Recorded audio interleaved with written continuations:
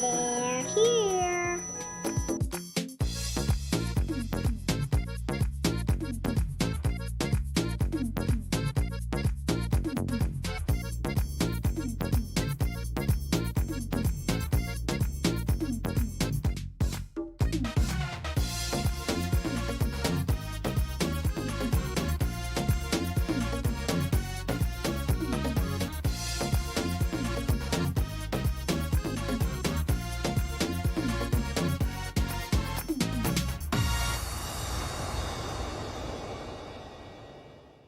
Hello, nerds, and welcome to Nerd Night Tokyo 41.8, I guess, Belly of the Beast, our online special for July 2020.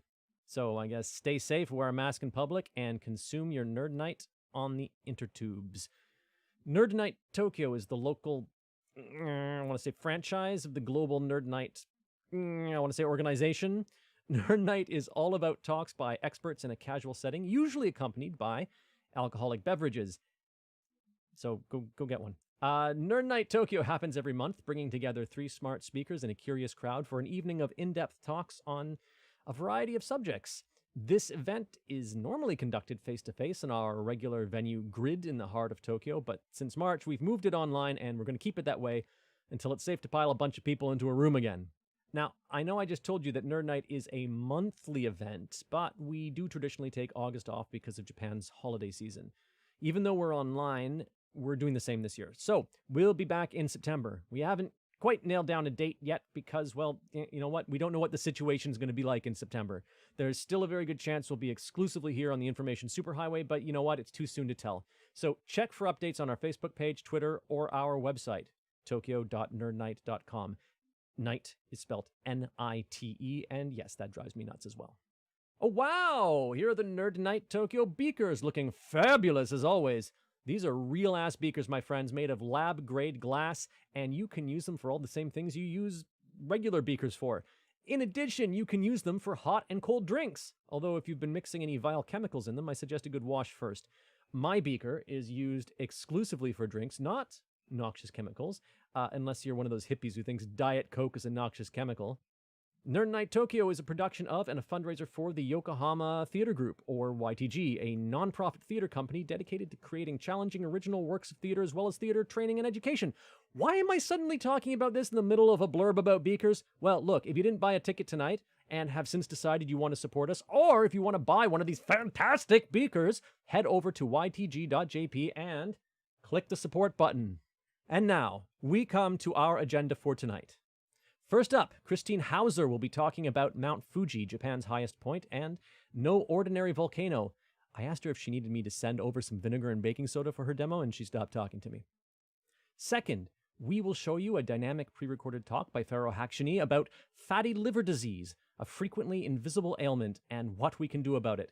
You know, I'm guessing he's probably going to tell me to stop drinking maple syrup by the liter. Finally, we'll wrap up our evening with Martin Skrodzki, who will be telling us about why robots have trouble recognizing objects that they see and how we can help them. My robot keeps mistaking rat poison for sugar when he makes my tea. I'm sure we'll sort out that glitch tonight. The first and third talks will be followed by a live Q&A, so when you have a question, post it in the YouTube chat, and our team, featuring my co-boss Amanda, Dawn Warren Human, Ian, and whatever other members of the team are floating around, they will pass your questions along to me to ask our speakers. After each of the first two talks, there will be a 7-minute intermission for you to go to the little nerds room or refill your drink, or both, or vice versa. No, that's weird. And now, without further preamble, allow me Allow me to not fumble over my words. Allow me to introduce our first speaker.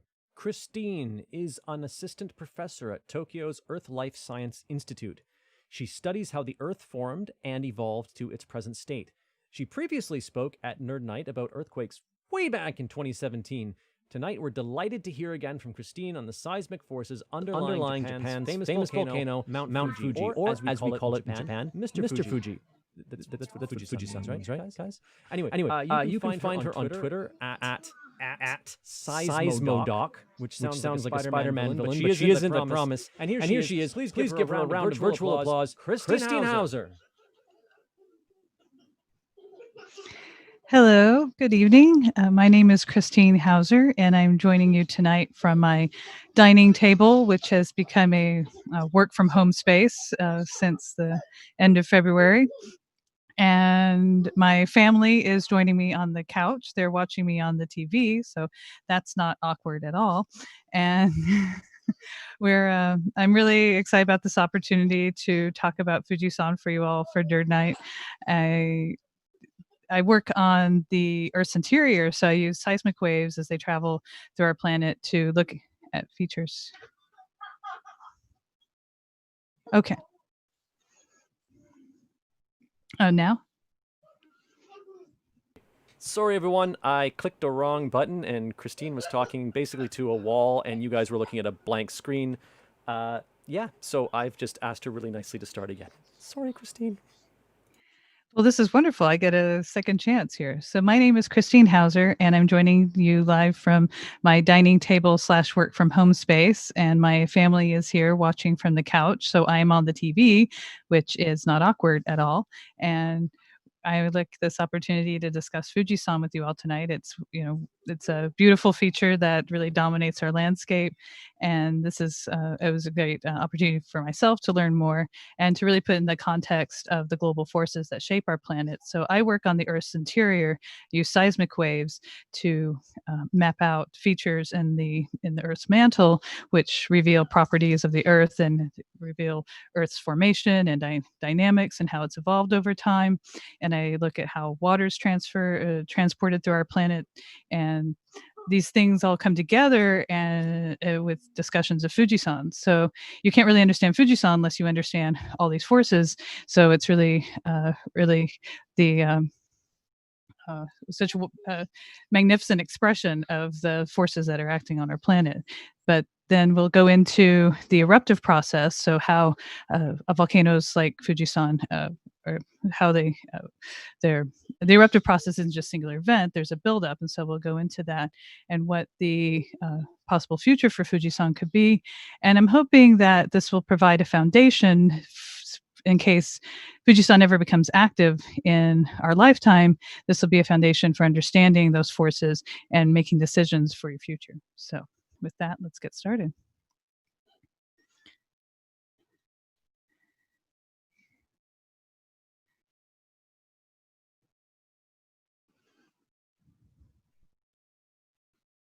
Here we go.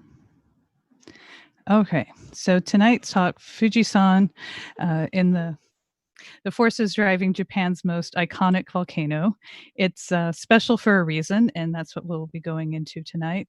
You can find me on Twitter and at the Earth Life Science Institute, Tokyo Institute of Technology. And we have this the fact that Fuji-san is next to Tokyo, the Japanese capital, is not really a coincidence, but is really shaped by the forces that drive Earth's tectonics. So here is topography and bathymetry of Japan in a slightly different orientation than you might be used to looking at it. And Fuji is in this area. They even have like an icon that's Fuji-san on the computer. That's how iconic it is. And we have when in my synopsis of this talk, I make a bold claim that the topography we see here in Japan actually rivals that in the solar system. So I have to defend that here. So Fuji-san itself is almost 4 kilometers height above surface. But if you look down into the trench, you're looking at 7 to 8 kilometers depth.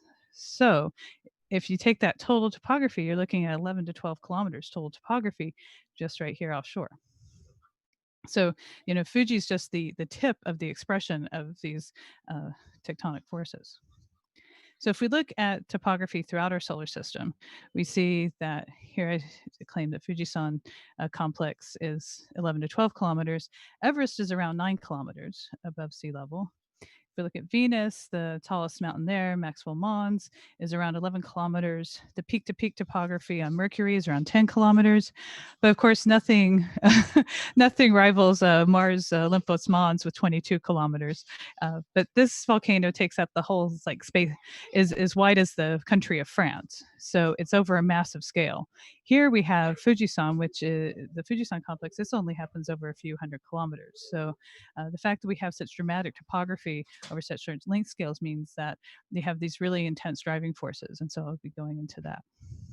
So, what are these forces? Well, the forces that drive tectonics on the surface of the Earth is plate tectonics. So, we have the Pacific plate, the Philippine plate, and the Pacific plate is subducting under here. This is the rupture area for the Great East Japan earthquake in 2011, and it's subducting underneath this plate and the Eurasian plate. And it's actually interesting when we first moved to Japan, my husband, who's also a geoscientist, we started arguing about what this plate is called. I said, it's Eurasia. He said, no, it's North America. So we fought about it for a while. And then we got online and found out that actually this area is actually divided into kind of microplates. So this area is considered the Alcos plate, and this area is considered the Amurian plate. And they are divided, and they're coming together to form the Japanese Alps. That's the collision between these two plates. So where we have three plates colliding, we typically say we have three plates colliding in this triple junction area, but really we have like four plates colliding. So we have like a quadruple junction. So it's not surprising that you would have this really amazing volcanic feature right at the conjunction of all of this. Of these forces. So you have the volcanic complex that is the Fujisan and its area.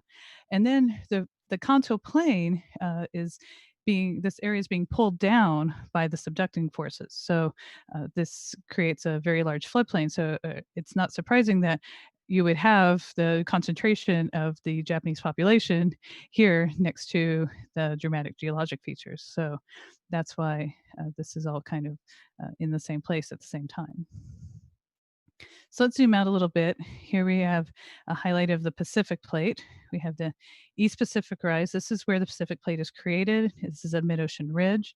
So you have ocean floor created, and some people say that it's created at mid-ocean ridges and destroyed at trenches. But it's not really destroyed. It's actually consumed and recycled into the interior of the planet. And I'll go into that more in a minute. So you have this plate is created, and this is the oldest oceanic crust on the planet over here. So this is around 160, 180 million years old. So this is the oldest, coldest oceanic crust that we have. And it's diving underneath Japan today. And we have the San Andreas Fault. So the North America actually consumed is going over the Pacific plate. And so here we have so this is the process that's driving the Ring of Fire is the subduction process in the Western Pacific. So where water meets rock, you have interesting things happen. So let's look at a mid-ocean ridge. So you have mantle that's upwelling. As the pressure is released, you have this warm mantle, and it starts to partially melt. When you melt a mantle, you get a rock called basalt, and basalt is usually dark to black. It's you often see it at like the Japanese castles when they have those big sloping walls that protect the castle. That dark rock is often basalt. When you have hot rock coming in contact with the ocean floor, you have reactions that create a rock called serpentine. And serpentine is green, so you often see it in the Japanese, like the typical Japanese garden has these, will have distinctive rocks, and many of them are serpentine. So the important thing here is that the water during the ocean floor formation process, the water gets incorporated into the rock structure itself. So here we have ocean floor created mid-ocean ridges, and then it travels across the ocean basin and then to sink into the mantle.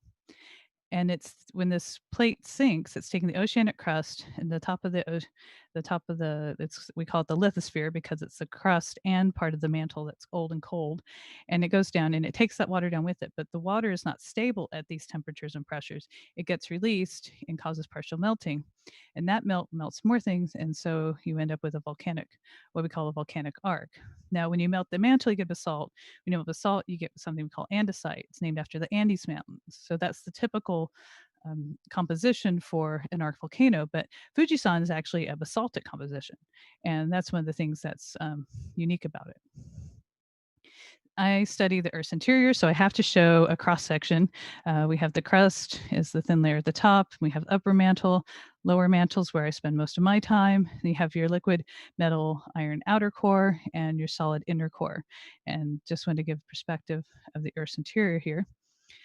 Because we're going to talk about the subducting of the plate. Here's Japan.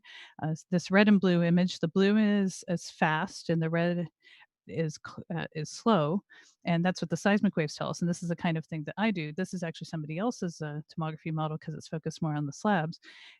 What we call slabs is the oceanic crust that's and mantle that's being subducted. I don't. That's just what we call them.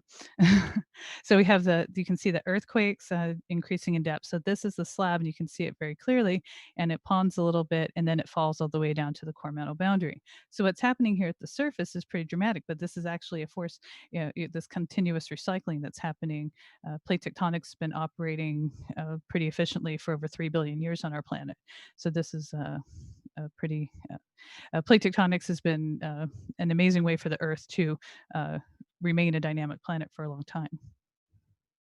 So this is a video from the Incorporated Research Institutions for Seismology.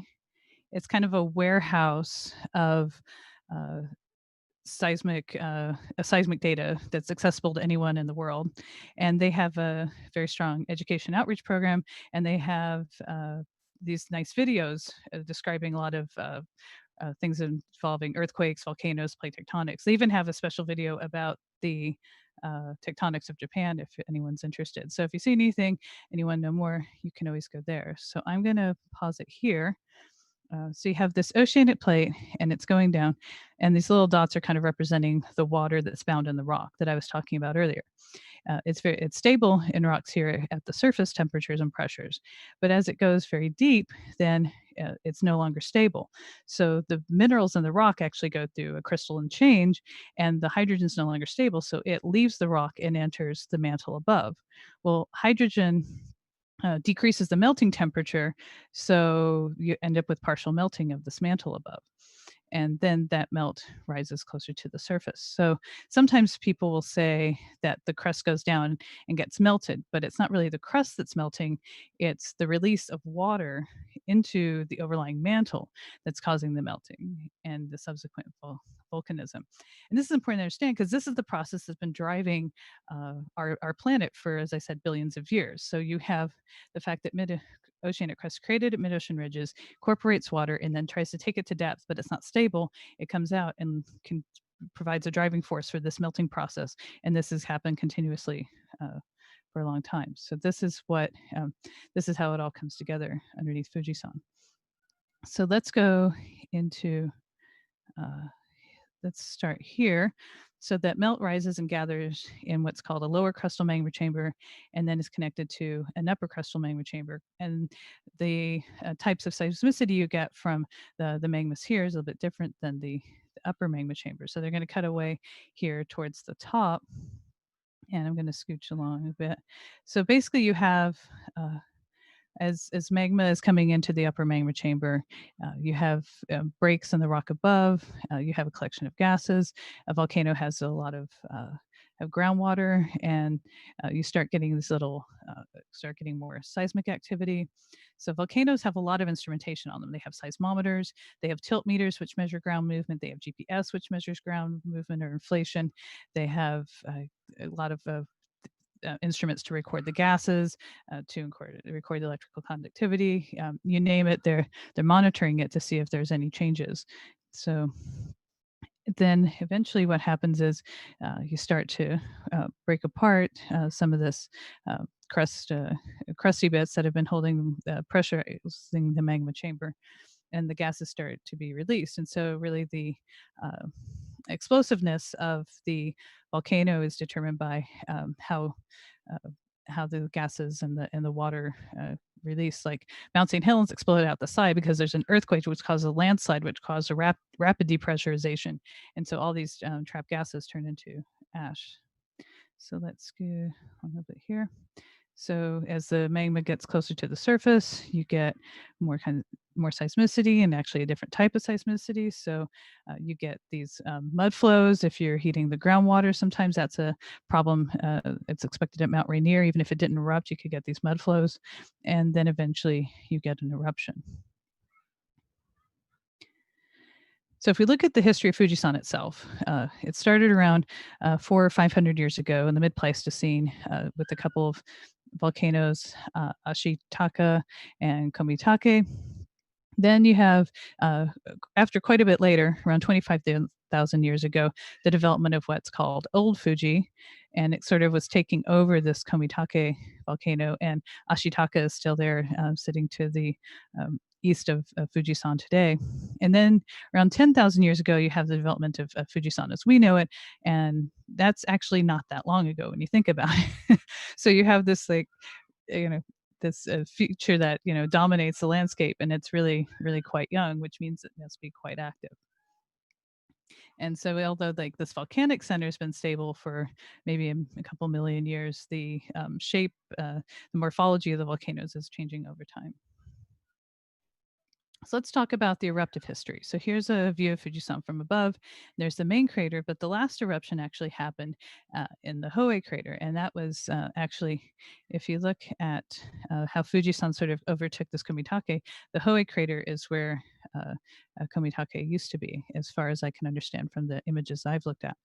And the Hoei eruption happened in 1707, and it was a pretty large eruption. There was ashfall in Tokyo, which was Edo at the time, and I'll go into that a little bit more later, but that was the last major eruption. Before that was in the 800s, the Jogan eruption, and that was a basaltic flow, and that led to the Akigahara forest, which has a unique character because it's a fresh lava flow from only like 1,200 years ago, and then it has a fresh forest on it. So that was the previous eruption, and then the Hoei eruption, 1707. And this eruption was actually preceded by months of seismicity. So the seismicity started in October, and then the eruption was in mid-December. And there was a large uptick in the seismicity a day before the event. So you can imagine what it would be like if there was months of seismicity at Fuji-san, and then an intense, and you wouldn't know exactly when to evacuate. And then if the seismic intensity picked up, you might only have a day. So the disaster management ministry has set a task force to examine what the effect in the Tokyo area would be if Fuji-san had a major eruption like the Hoei eruption. And they ran a bunch of simulations and released this report in March 2020. And maybe you missed it because there was other things going on to worry about. So simulations claim that there could be up to 10 centimeters of ash covering much of Metro Tokyo. And this isn't so out of the ordinary if you consider what we know from the Hoei eruption. And I want to emphasize this. We're talking about 10 centimeters of ash in the Tokyo metro area. And this is a catastrophic event. It's not something that I want to think about, but it's something we should think about a bit because it is technically a possibility. And here's some other models of that came out of their simulations. They model the ashfall, and it depends on which way the wind blows, the eruption type.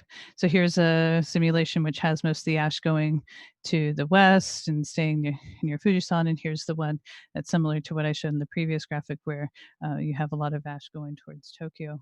And volcanic eruptions aren't just singular events. They can last for weeks. So you're talking about changes in wind and rain, and it could be a very even if it's hard to believe we would be so lucky as to not have any ash in Tokyo, I guess is what I'm trying to say. I'm going to look at the seismology of the quakes here again because I'm a seismologist and I can't help myself. But this is to demonstrate the actual quakes that have happened at Fuji-san. So this is from 1995 to about 2012. So this is the low frequency earthquakes and the high frequency earthquakes. So there's a low frequency earthquake event around 2000 that didn't seem to develop into anything. And then there was a high frequency event after the Great East Japan earthquake in 2011. So the Great East Japan earthquake actually affected the magma chamber in Fuji-san and actually caused an increase in the pressure there. Now, luckily, it trailed off and didn't lead to an eruption at the time. But the 1707 Hoei eruption, the 2 weeks beforehand, there was an 8.7 magnitude megaquake near Osaka. So it's believed that the Hoei eruption was triggered by the massive earthquake in the Kansai region. So if there's a major earthquake anywhere in the Japan Trench or in the Kansai area, we could actually end up with another major Fuji eruption. So that's it's something to think about. So if you start thinking about it, then the question is, well, what do you do with that? And my first advice is for the Hitchhiker's Guide to the Galaxy fans, of course, don't panic. But actually, I say you should panic a little. And that is so that you have less panic at the time. So take some time to pre-panic, to consider what you might do, how you might react in the situation. Because when it comes to a major volcanic eruption, you really only have two options. You have evacuate or shelter in place. And how you make that decision depends on your personal situation. So, but the thing to keep in mind is that quakes can last for months for an eruption. So deciding when to evacuate is very difficult, and the eruptions themselves last for weeks. Ash doesn't just melt away, and in fact, trying to remove the ash can cause its own problems. After the Hoei eruption, there was a collection of ash that caused flooding later on. So the remnant ash is still a problem, and the air quality. When I say be bad, ash is glass, so you do not want that in your lungs. So in order to properly shelter in place to stay away from the ash, you would have to actually like tape down all your doors and windows and just stay inside for weeks or a month at a time. And that's something that takes some preparation. And of course, even if the ashfall didn't get all the way to Tokyo, you still have all the people in the Izu and Shizuoka and Kamagawa region. So, how are you going to handle evacuating tens of millions of people? So these are things to ponder should Fuji-san become active in our lifetime. But let's end on a brighter note. I have to give a shout out to my employer. I'm at the Earth Life Science Institute at Tokyo Institute of Technology, and I work with fabulous people, and we try to answer questions regarding how planets make life, and it's very exciting. And I really miss seeing these people every day, and I'm very thankful to work there. And with that, we can move on to questions. Thank you. Okay, thank you, Christine. Just let me. Why don't we switch back to your face? Okay. And Fuji sounds so much better. No, I don't agree. Okay. And let's turn my video so you can see me again. Okay. Okay, so you see my face now? I do. And okay. So does everybody else on a 30-second delay. Alrighty. So we got a couple questions, so I don't have to lead off with my stupid question, which is great. Rod wants to know. Hold on, it's a paragraph. When the water dissociates as the subducting rock meets the hotter rock, you said the hydrogen lowers the melting point of the overlying but cooler mantle. What happens to the oxygen? The oxygen can always kind of find a receptor. So all of these rocks that are going down, you have SiO2, you have Mg, SiO3, FeSiO3. So oxygen can always find a place to go. And it's hydrogen, it being hydrogen, it's very sort of destabilizing to the atoms because it likes to move around. And so that's why it lowers the melting temperature. Cool. Rod, I hope that answers your question, and I'm sure he'll pop something on there in 30 seconds if it doesn't. Don Warren Human would like to know what do low frequency versus high frequency earthquakes mean? The high frequency earthquakes seem to be more associated with the upper magma chamber and things happening really close to the surface. And the low frequency earthquakes seem to be more associated with the lower magma chamber. And also, there's this thing called volcanic tremor, which is like a resonance that is detected when the magma is moving through these pipes from between the upper and the lower magma chambers. So that's another way they look at the seismicity. Cool. Rod says thanks, so I guess you answered his question there. I'll have another 30 seconds. Maybe Dawn has a follow-up. I'll ask my stupid question while we're waiting. Hey, if anyone else has a question, hop in. So this talk is really timely in a way because Japan Sinks just dropped on Netflix, the new version of Japan Sinks. I don't know if you know that. I don't know about this. Sorry. They made. So do you know about the original novel? No. There's a famous novel from the 1970s called Japan Sinks. And it was it's basically a massive eruption earthquake event, and I don't know, I haven't read it, but apparently Japan starts sinking into the ocean, or something like that. And the original novel is really about like the politics, like sort of the 1970s politics surrounding like what would happen. But there's been one or two movies, and I think there's an American movie with a different title based on it. I can't remember what it was called offhand, but they just released a new anime called Japan Sinks 2020 on Netflix this week, which concentrates on Netflix, so I can check it out. Yeah, and it's constant focuses on like one family, and I've only seen the first episode, and it starts with this like massive earthquake that throws everybody all over the place, and yeah, so Japan sinks. Can Japan sink? Is I guess what I want to know. Well, the oceanic plate offshore is sinking, but Japan is the island arc, is the volcanic arc that's the result of that. So Japan itself won't sink. Yeah, I mean, I thought it seemed implausible, but someone else just asked that.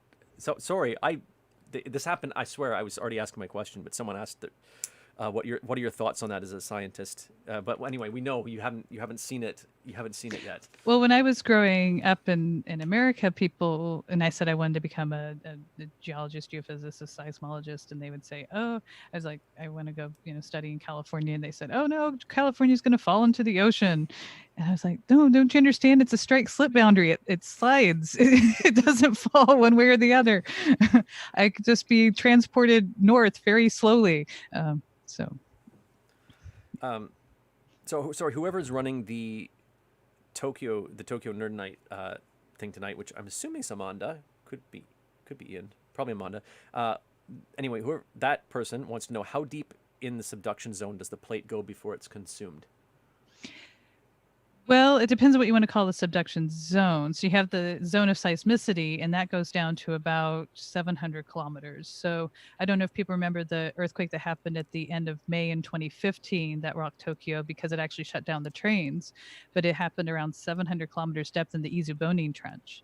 And it was like an magnitude 8 there. Here it wasn't that big, but I guess it was big enough that it triggered the systems that shut down the trains, which I realized because I was stuck in Ginza for a while that night. But the subducting plate just keeps on going, even though the seismicity stops, and we can actually see the subducting plate as its own kind of feature throughout the mantle down to the core mantle boundary. And then the questions we ask are like, to what extent is that crust and lithosphere reincorporated into the mantle? Does it just get completely mixed in, or are there remnant chunks of old oceanic lithosphere from 3 billion years ago just floating around the mantle today? Wow, cool. All right, we'll have to wait if there's a sea of. Oh wait, one just came in. Does the source of earthquake, ocean trench, or an inland fault contribute to the nature of the earthquake, high or low frequency? Does that make sense?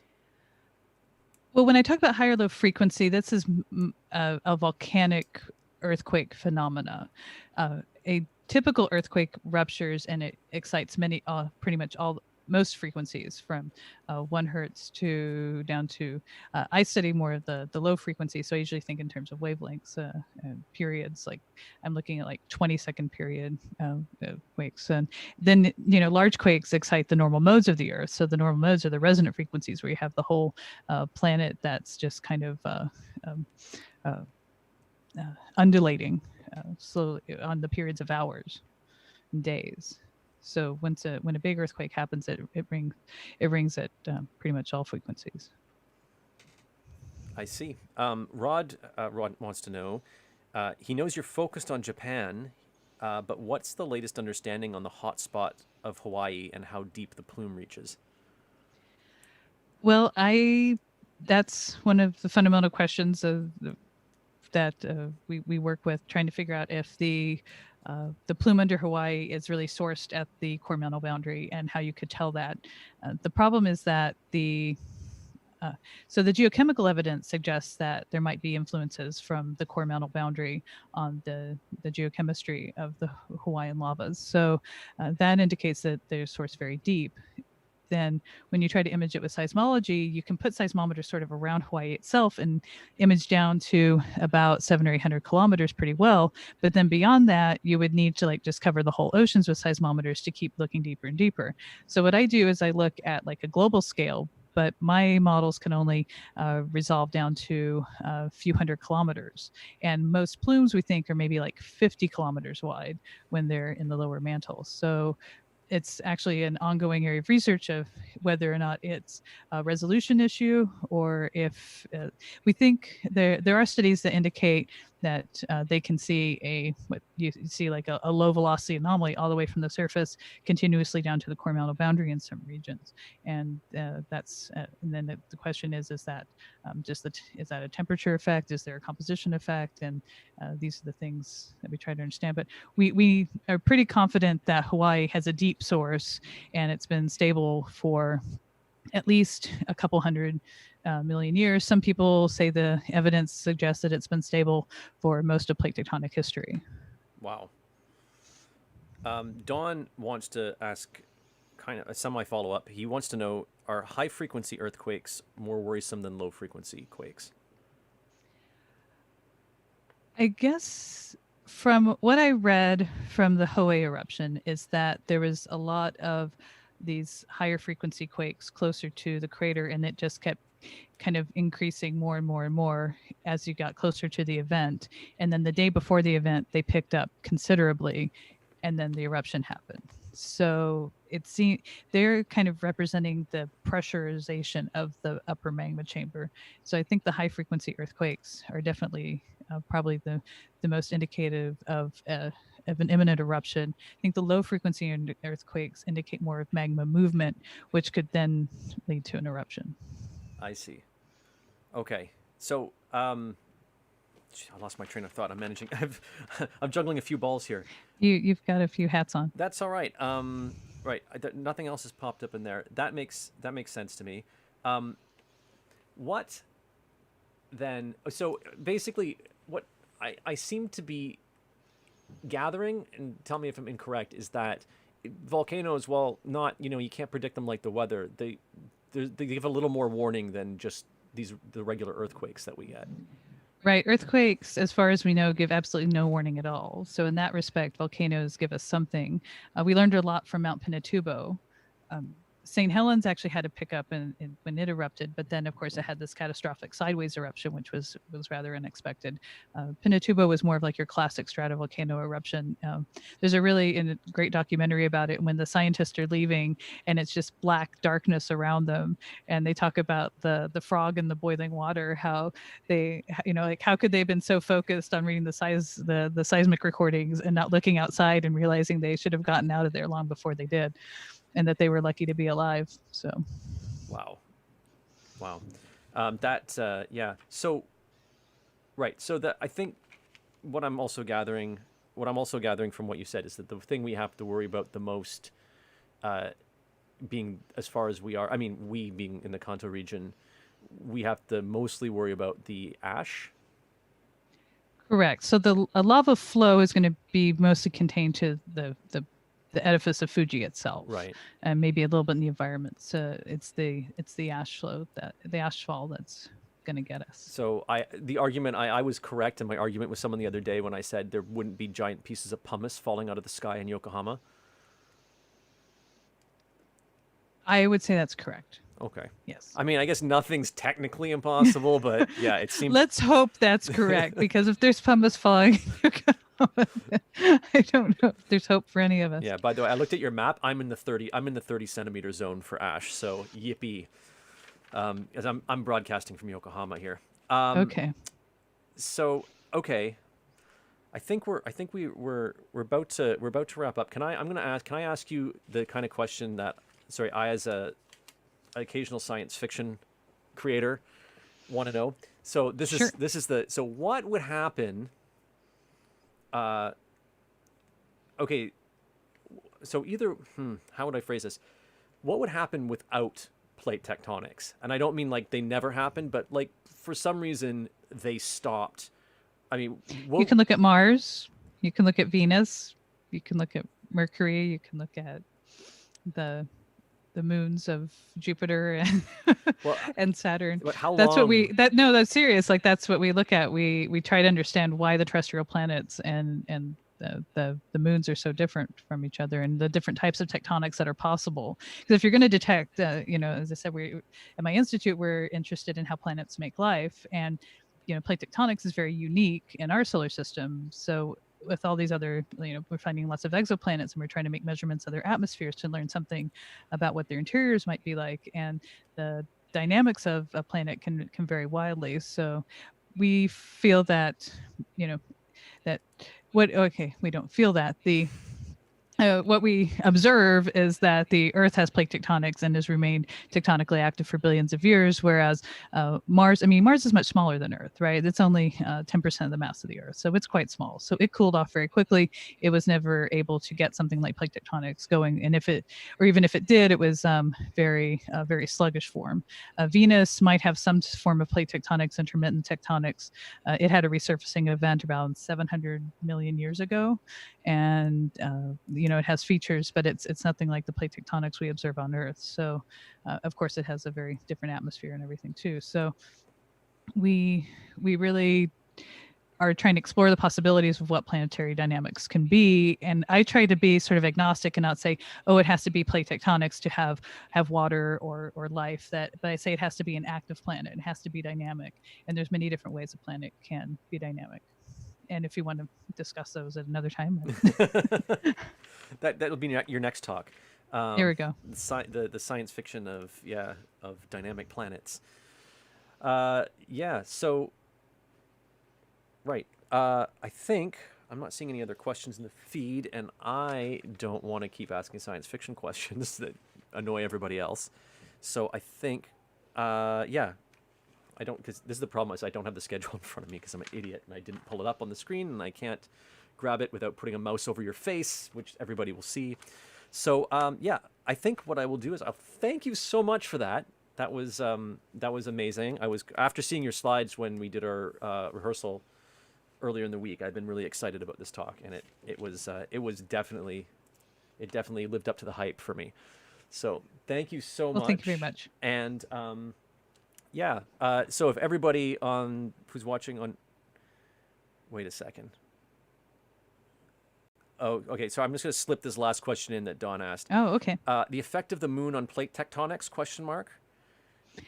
So far, we don't really see an effect of the moon. There's been studies. Actually, one of the people I was in grad school with was looking at if, for Southern California, if the seismicity seemed to be influenced by the lunar tides, and there didn't seem to be any correlation. And actually, a study came out recently suggested reinforcing that observation. So I think basically the moon's been going around the Earth for a long time, and those stresses get kind of worked out. So you need something a bit stronger to get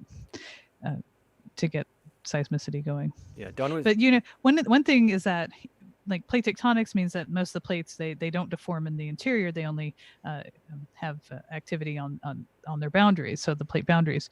But you can sort of have the Earth's been tectonic for billions of years, and so there's all these pre-existing zones of weakness within the plates. So plates could break and have earthquakes at any time. Like I grew up in Oklahoma, and you can see the reactivation of faults from like a billion years ago. In the fracking has induced seismicity there. So rock has memory, and it can always be reactivated in the future. That's a frightening thought. I think Dawn's point was one of the big differences between Venus and Earth is that we've got a big moon. Yes, and so that's one of the things that we try to study is understand, is the moon forming event integral to developing plate tectonics as we have it, or is it our distance from the sun, the fact that we have liquid water at the surface? Is it that, we say Venus entered a runaway greenhouse and it just got so hot so fast that it lost its water, and then it couldn't operate in the same way that our planet does. Cool. All right. So I will ask everybody on the YouTube feed to give you a virtual round of applause. I'll give you one, but it sounds pretty weak if I just it sounds almost sarcastic, which it's is very not much appreciated. Which is not Thank how you. I mean it. Thank you so much, and I will So for everyone listening, we're going to be going into break. I got to click a few buttons, and we're going to be going into our break mode. And let me just get that fired up. Why is that not working? That should. Okay. Oh. That's okay. All right. Thank you, Christine. Thank you. Bye. Okay. Okay, I've started the clock. We're going to take a 7-minute break. Do what you got to do, nerds. I'll see you back here in 7 minutes. You're done.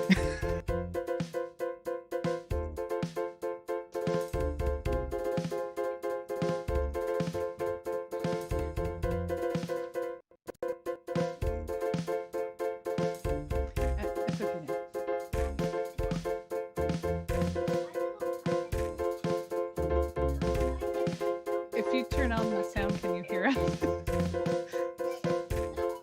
I don't think so, but we had it muted, so I can't tell unless.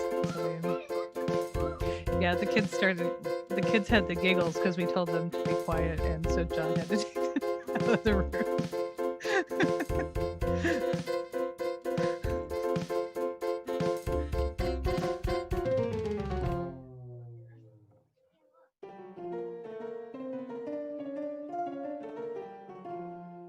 Oh wait, I'm hearing myself on the TV.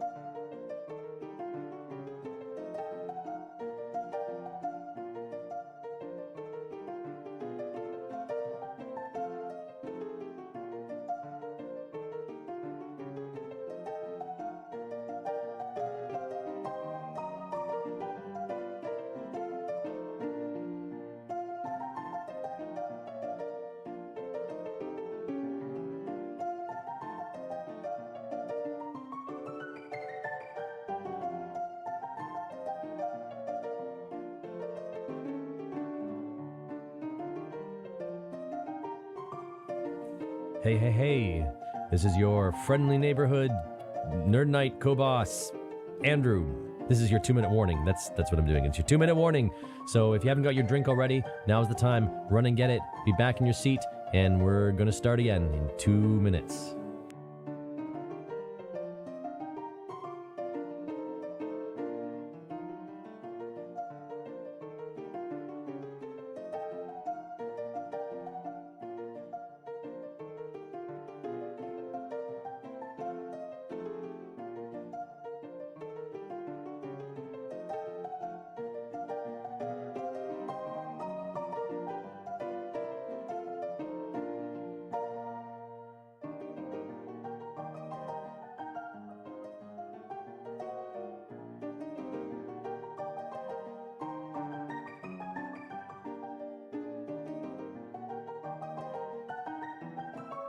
Hey, just a reminder, if you're just joining us now, that Nerd Night Tokyo functions as a fundraiser for the Yokohama Theater Group, which is a non-profit theater company. Obviously, things are shut down right now because of COVID-19, and we're not doing live Nerd Nights and selling tickets and that kind of thing. So, if you'd like to help us out, if you're enjoying yourself tonight, and you can, if you're in a position where you can, I know a lot of us who are freelancers and other types of workers have not got a lot of income right now, but if you do, and you are, and you can, and you want to, check out ytg.jp or any of the tip links that I will have posted in the video description, and help us out. Maybe buy a virtual ticket for 1,000 yen, or whatever you like, whatever you can spare would be helpful to us. Okay. That's it. Thank you so much.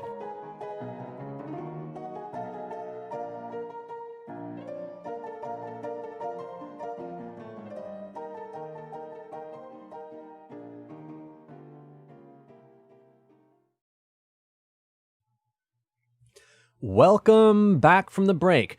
I hope everyone's got a drink and hope you're all comfortable, whether you're standing or sitting or squatting, I guess. Before we launch into our second speaker, I just wanted to make a quick plug for YTG's new podcast.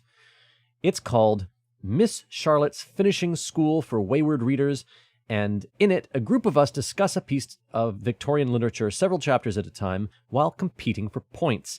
The points are assigned both arbitrarily and often vindictively by the titular Miss Charlotte Sampson, an expert on the subject of Victorian fiction. In case you're wondering, this show has indeed got a Nerd Night connection beyond myself. The first book we're reading is Wuthering Heights, and that was inspired by a Nerd Night talk given by Judith Pascoe this past February. I mean, reading Wuthering Heights was inspired by it. Obviously, Wuthering Heights predates the talk. In addition, 2 of the readers on the show have graced the Nerd Night stage. Daniel Wishes performed some nanomaterials-related puppetry at our Science by Theater event in March of 2017.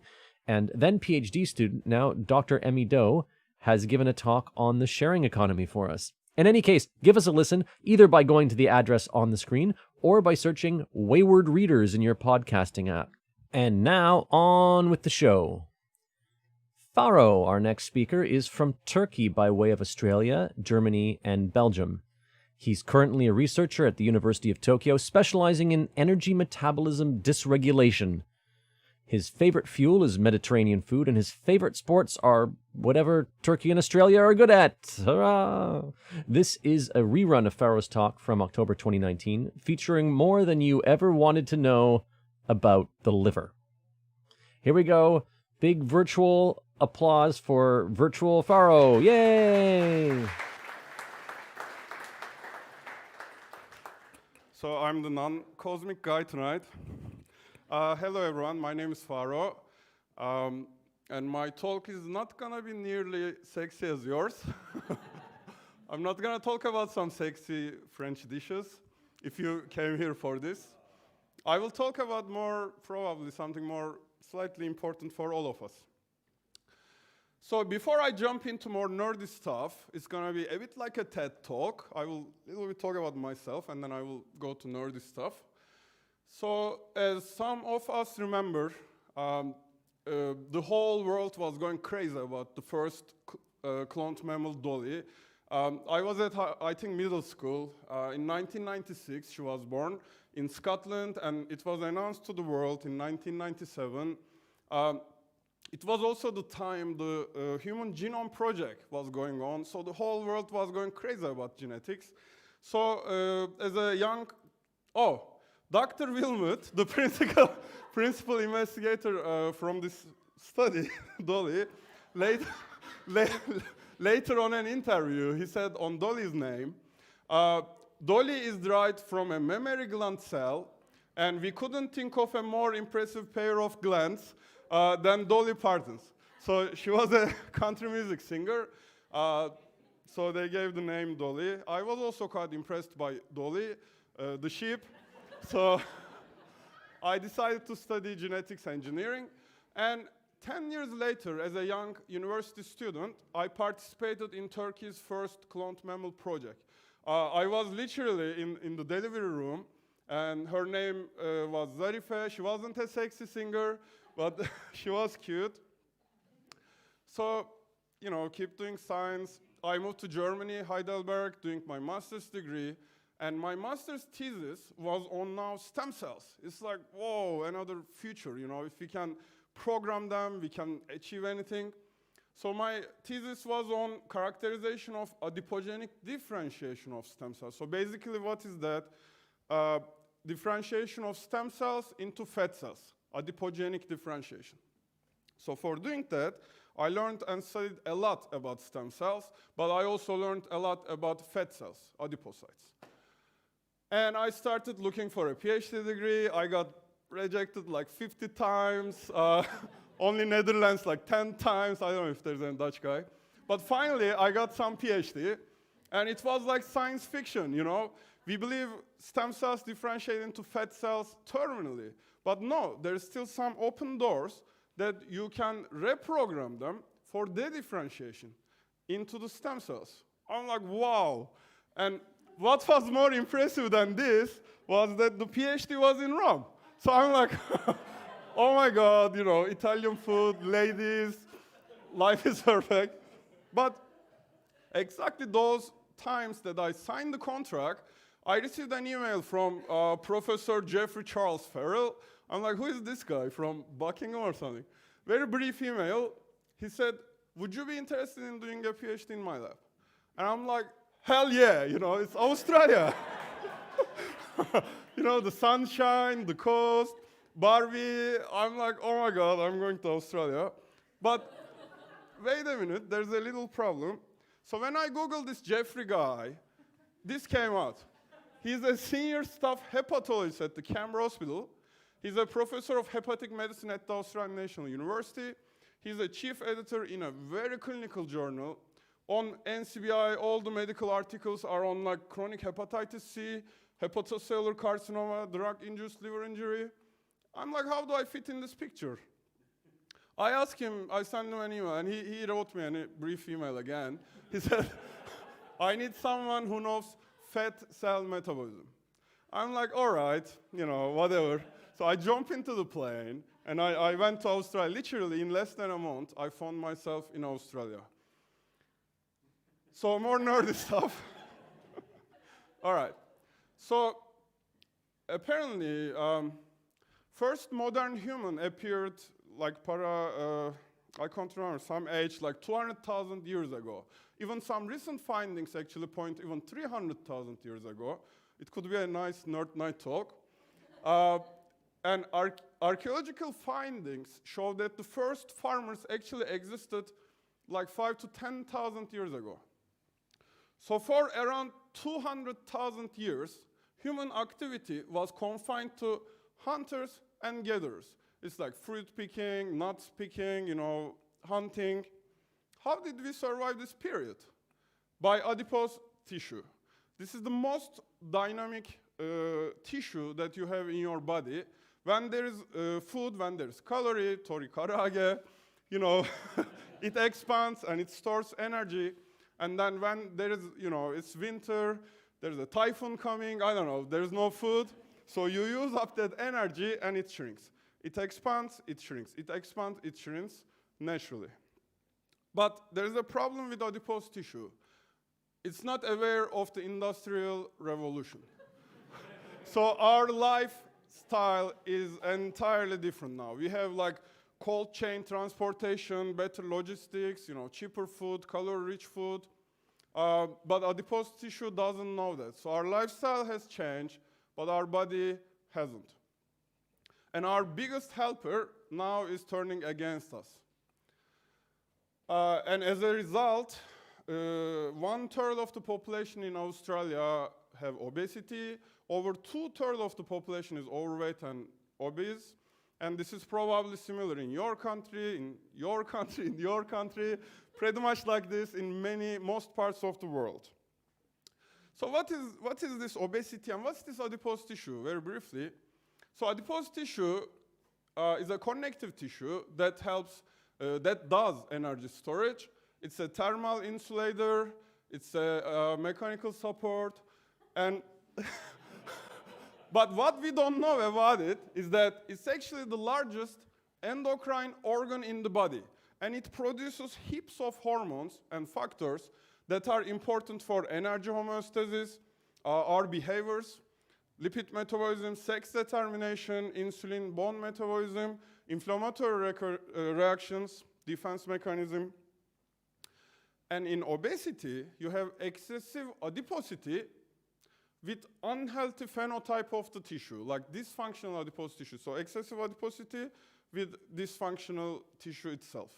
And what factors lead to that?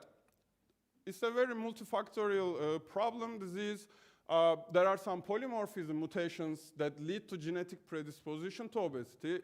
Obviously, eating habits, overeating, also what you eat, very important factors. Physical inactivity today is a big problem.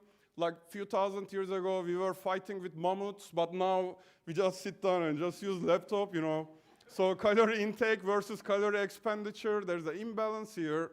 So these factors lead to development of obesity. And there is a very strong and close relationship between adipocyte size and adipocyte function. So when the adipose cells become lipid engorged, they change their behavior, phenotype, function. For example, this actually got the Nobel Medicine Prize like 3 days ago, I think. It is about hypoxia, lack of oxygen. So when the adipose tissue expands, you also need enough blood flow into the tissue. Otherwise, they will go stressed because they don't have nutrient, they don't have oxygen. And they give stress signals. So basically, in expanding adipose tissue, there is not enough vascularization. So all the cells are big, but they don't have enough oxygen, so they start giving you stress signals. And within the cell, you start to see so much abnormalities, oxidative stress and some other stuff that lead the cell to die. So degenerate, now the cell is injured, degenerating and dying, are fat cells. And so, okay, there's, it's uncontrolled expansion, there's also stress, cellular injury, and now those hormones and factors are not produced enough for the body, and immune system realizes this, and they come to the tissue, the site, and literally declare a coup d'etat. Like, guys, take it easy, we are here, everything under control, and they shut down the gates for insulin, so you cannot open the cellular doors to take the energy inside anymore. Now you have insulin resistance with inflammation. So in this picture, now you have limited expansion of adipose because adipose is dysfunctional now. It cannot do its job. And as a result, you have unhealthy obesity, dysfunctional adipose tissue, insulin resistance, and because it's resistant, pancreas just keeps pumping more insulin to the system. They stress, diabetes. So you see a metabolic dysregulation. All right, so the liver is a major bodily organ that's part of the digestive system, and it assists breakdown of food, detoxify toxins, remove waste products, and store energy. So it's like your local government. It's like municipality. It does all these things in partnership with adipose tissue. They work so closely together.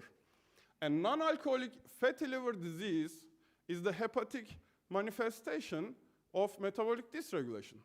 now you start seeing consequences on your liver. So NAFLD has emerged as the most common form of chronic liver disease in the world. And there are three important factors. One, you need more than 5% hepatic fat storage. It can go really higher than that. You need to exclude other causes like hepatitis C virus, some medications. And you need to exclude alcohol, obviously, non-alcoholic fatty liver disease. 2 alcoholic drinks per day per male, 1 alcoholic drink per day per female. You guys are all right because you are all drinking, so you probably don't have this disease. And it is common in Japan as well. It's not a problem of only West. These two physicians reported in 60s, Japanese physicians in 60s and 70s, and Jeffrey Charles Farrell reported a few years ago, half of the Japanese population have NAFLD, and this proportion is increasing. And it's actually a spectrum. It starts quite innocent, simple steatosis, just fat storage, but it can go really ugly, really nasty. So NASH, non-alcoholic steatohepatitis, is basically liver inflammation, and then it goes to cirrhosis, and it goes to hepatocellular carcinoma. So you can also see how obesity is linked to cancer development. So NASH is a pathological form of NAFLD, characterized by significant liver cellular stress, cellular injury, and inflammation. Remember how unhealthy obesity is seen in adipose tissue? Now you see similar processes in liver cells. And it's very serious. In 5 years' time, NASH will become the primary cause of liver transplantations and liver-related mortality in the world. And as reported by clinical practice guidelines, Asia Pacific, Australia, Japan, North America, Europe, 3 factors are established for development of this disease. 1, overweight and obesity. 2nd, insulin resistance and type 2 diabetes. And 3rd, atherogenic dyslipidemia, basically circulating higher levels of toxic lipids because they are not cleared from the system. So if you show these 3 factors, you probably have NAFLD and likely NASH as well. So this is a beautiful picture of a liver. I find it beautiful. You see the compact cells, nuclei, beautiful pink, red color. And this is the beginning of NAFLD, simple steatosis. You just see the macrovesicular steatosis, lipid droplets, little bit of microsteatosis, like within the cells you have little bit of fat. But this is NASH when things get really messy. So basically you have really large steatosis, lipid droplets. Some cells are now injured. They are dying, they are exploding. We call them actually ballooning in medical term. And you also see a lot of immune cells all around it. It's so messy. So this is how your liver is with NASH. And what about the treatment strategies? Well, it's 2019 and there is none. So there is an unmet demand for an efficient drug therapy against NAFLD and NASH, as it is. Published by these Cuban researchers, the only highly effective strategies have been bariatric surgery and lifestyle changes. Basically, reducing your body weight 10% can reverse NASH pathology. But this number, this 10%, is just so hard to achieve in NASH patients. You can imagine for psychology, for lifestyle, for family, many reasons. It's not a very easily achievable goal. So we need some pharmacotherapy. So imagine millions of patients, there's not a single drug. Obviously, so many companies are into that. So there are a lot of research going on in private companies that target NASH from different approaches. Like some target the energy metabolism, some target insulin resistance, cholesterol metabolism, inflammation, cellular injury, and again, still, we still don't have any FDA efficient drug therapy. What is the problem to that? Like, why is it still like this? First of all, it's a very silent disease. It doesn't shut out. Sometimes we realize it when it's too late. The golden standard is still a biopsy, but patients don't like it. So it's so hard to do early diagnosis, very painful process. Second, highly complex mechanism of disease pathogenesis. So within the liver, it's already so complex, and now you have all these external factors like obesity, adipose tissue, different interference on this. So it's a very complex disease to study. Third, we lack relevant disease models. So cell culture, organoid, animal models, human even clinical studies, we don't have proper disease models, so that's a limitation for us. And lastly, my personal view, we are a small family here, so I'll just share this with you. How we fund and how do we do research these days? For example, just a little, I have 3 minutes. just a little example here. So this study started in 2010. It's about a molecule that targets NASH through cholesterol metabolism. And all these guys, you see the names here, are like NBA All-Star. They are like the god of gastroenterology. The Tetri, Lumba, Sanyal, Brandt, Kleiner, these are like the top guys. And Jeffrey Charles Farrell is not here because he probably saw what's going on, so he pulled out himself. So I published a paper about this paper a bit after. So this is my comment. I say, in the Flint study, their molecule, OCA, confer a small but significant effect on hepatic fat and inflammation, little effect but significant on fat and inflammation, yet failed to reverse the full pattern of NASH pathology. So the drug is actually crap. But look at this is crazy. In 2014, January 10, it was all over the news. Flint trial halted early because of positive results. Wow, so they got breakthrough designation. They stopped doing the research even earlier. And this graph is from Yahoo Finance, the share price of the company, of the molecule. And you can see in one night, their share price jumped 1,000%. And guess which day did this happen? No, January 8th, I think. So, so some people made a good outcome out of this. But as the molecule is crap, you can see by overtime, they got actually quite a bit of warning from FDA later, and their share price just dropped where it started. So NASH research is not only NASH research. In Australia, I actually worked in a partnership with a California company as well, and we had a different molecule that target NASH through a cellular switch, which causes cell to use lipids instead of glucose as the fuel. So cell starts using more lipids than glucose, so there's less storage of toxic lipids, more active cell, and the outcome was so good, no side effect, beautiful results. I got an award actually for this project, best liver scientist. No, I actually got an award in Boston. This is just my queen, Australia. Yeah. So look, my take-home message out of this, it's a very serious and common problem, and we might not even know that we have it. And it's very heavily depend on our lifestyle. So we just need to be aware and eat smarter, move smarter, and live smarter. Thank you very much. Yeah.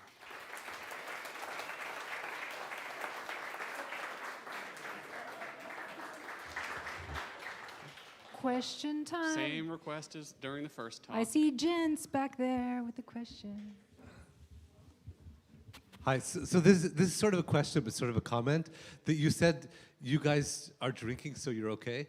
Yeah. And so I just wanted... How many cups did you have? So just to make clear that you're not going to help it by drinking, it's just that if your liver gets damaged, it's going to be under a different category, so you won't be counted this. But you can't be obese and drink to stop yourself from getting I mean, how much you hate yourself, obviously.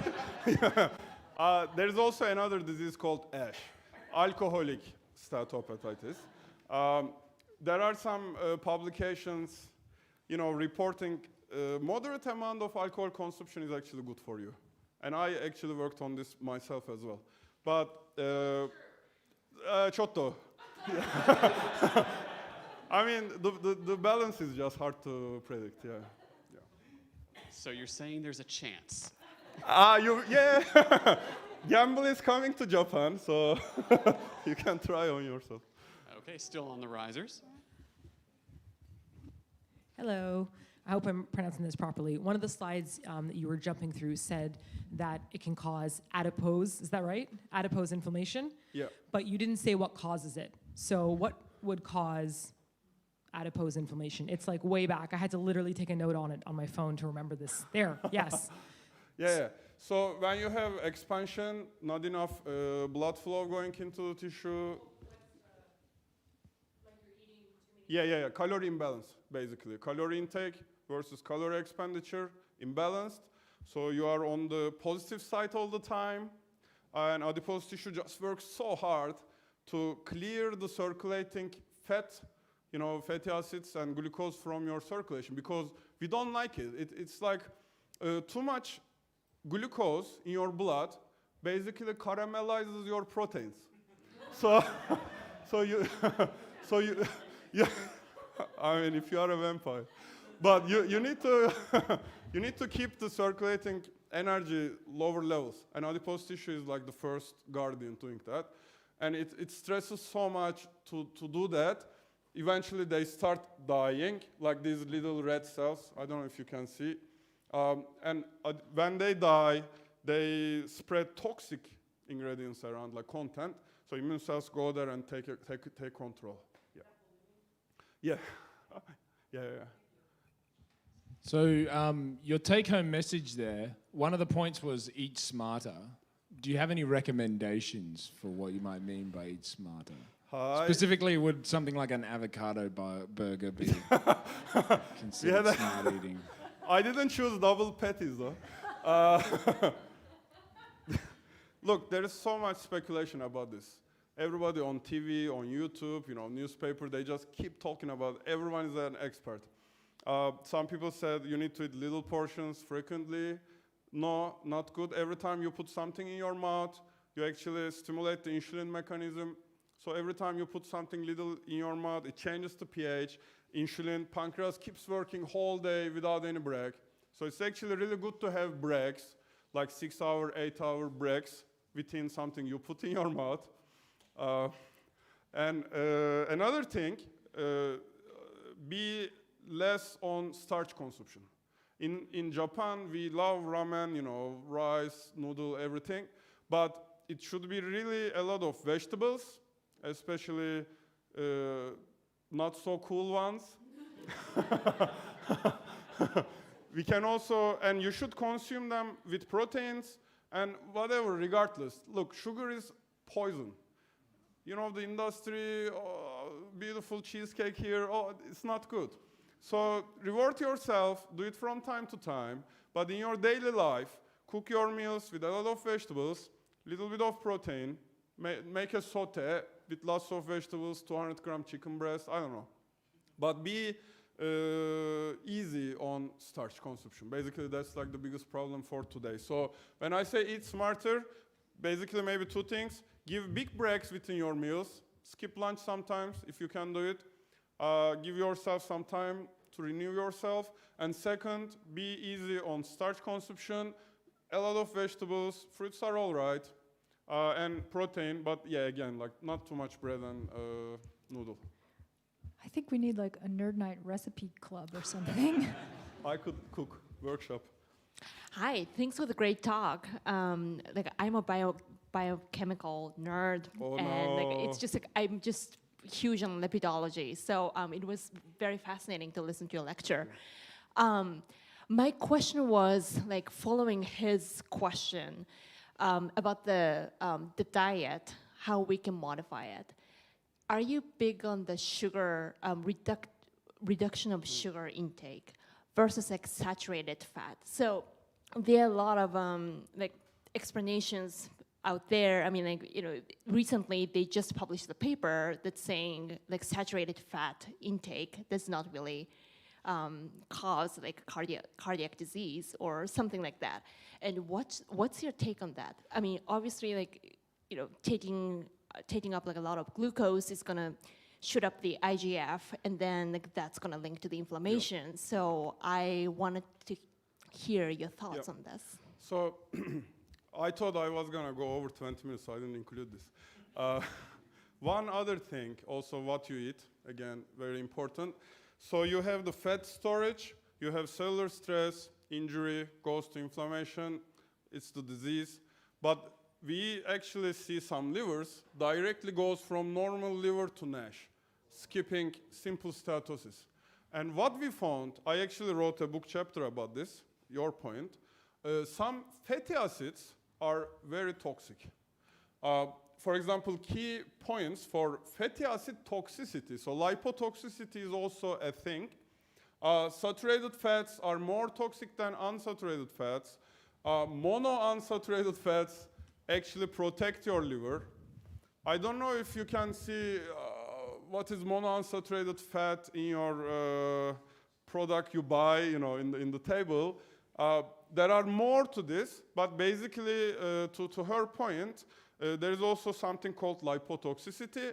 So not only the general fat, neutral lipid storage, general fat storage, but also which fatty acids are stored in your cells can also cause cellular injury and cellular inflammation.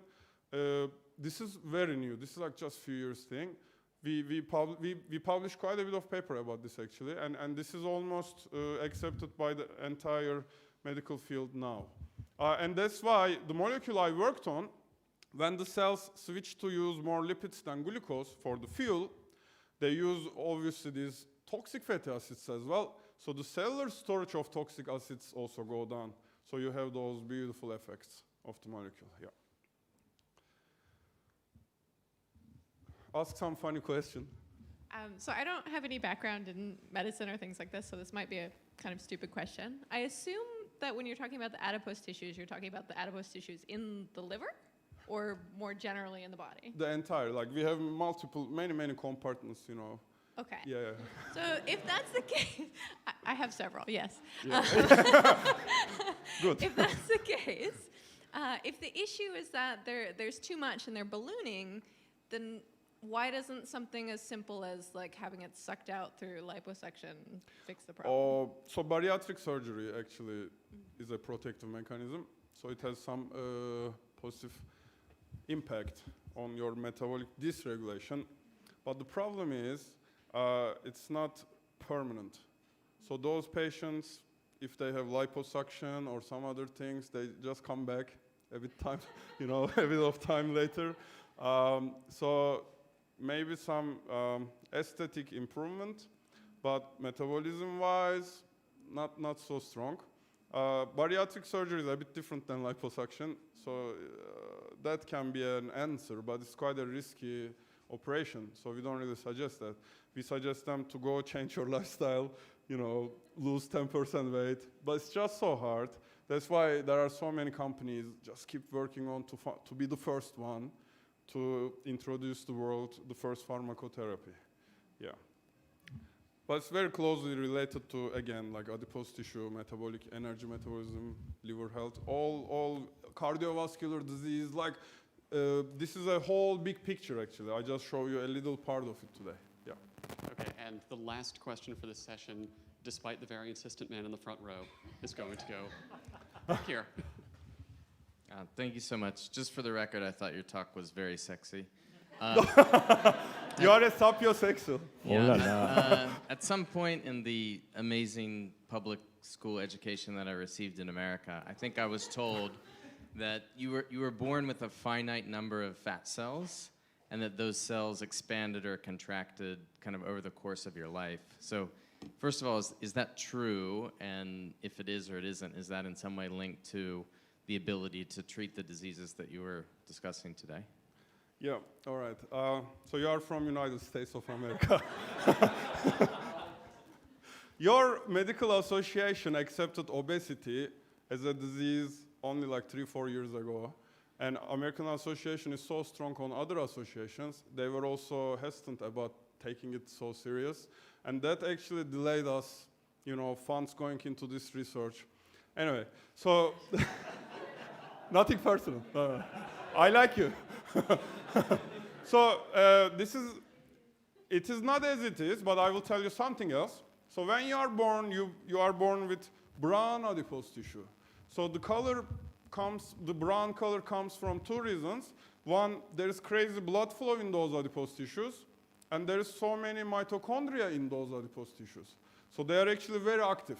But when you start growing up, adolescent, adulthood, you lose most of those brown adipose tissues.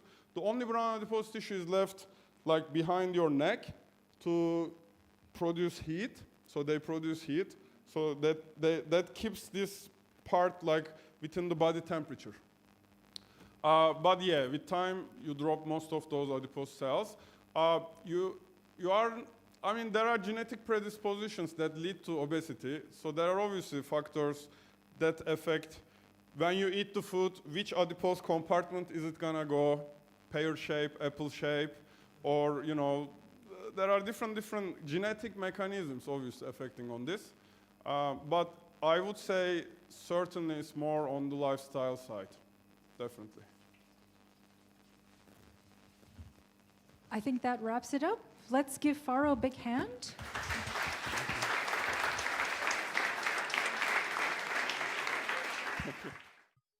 Okay, I've started the clock and put on the music. It's time for another break.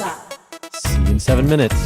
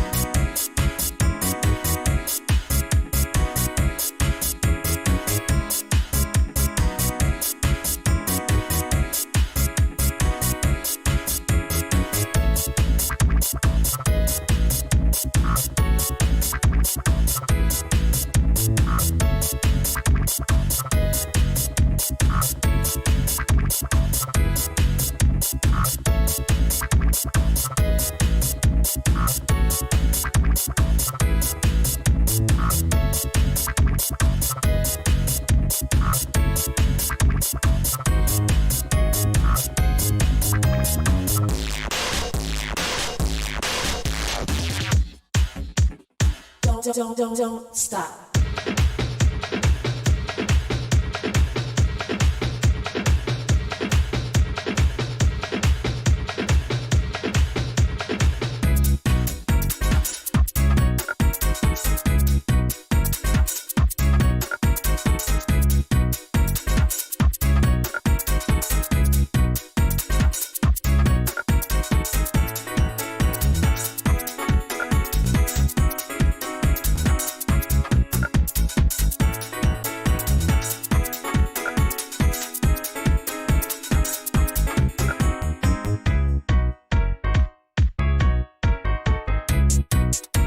Hey, are you ready?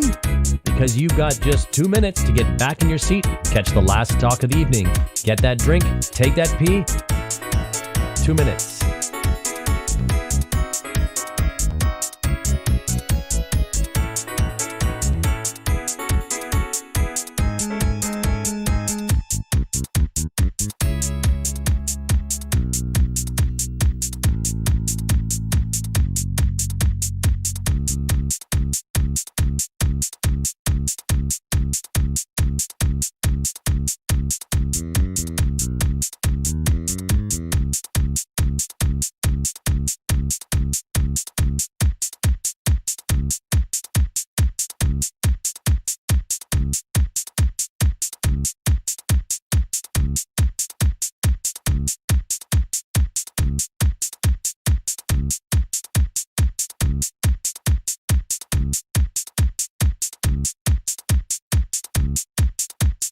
Stop.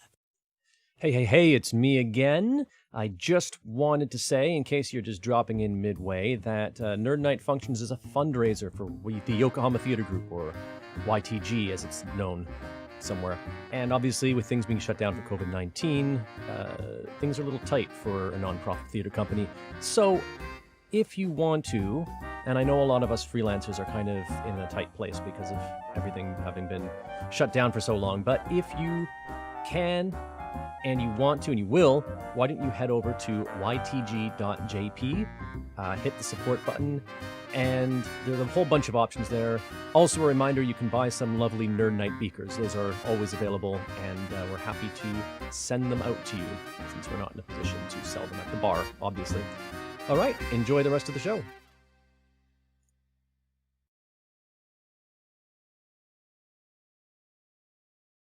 Thanks for staying with us. And now to our third speaker of the night, Martin Skrodzki.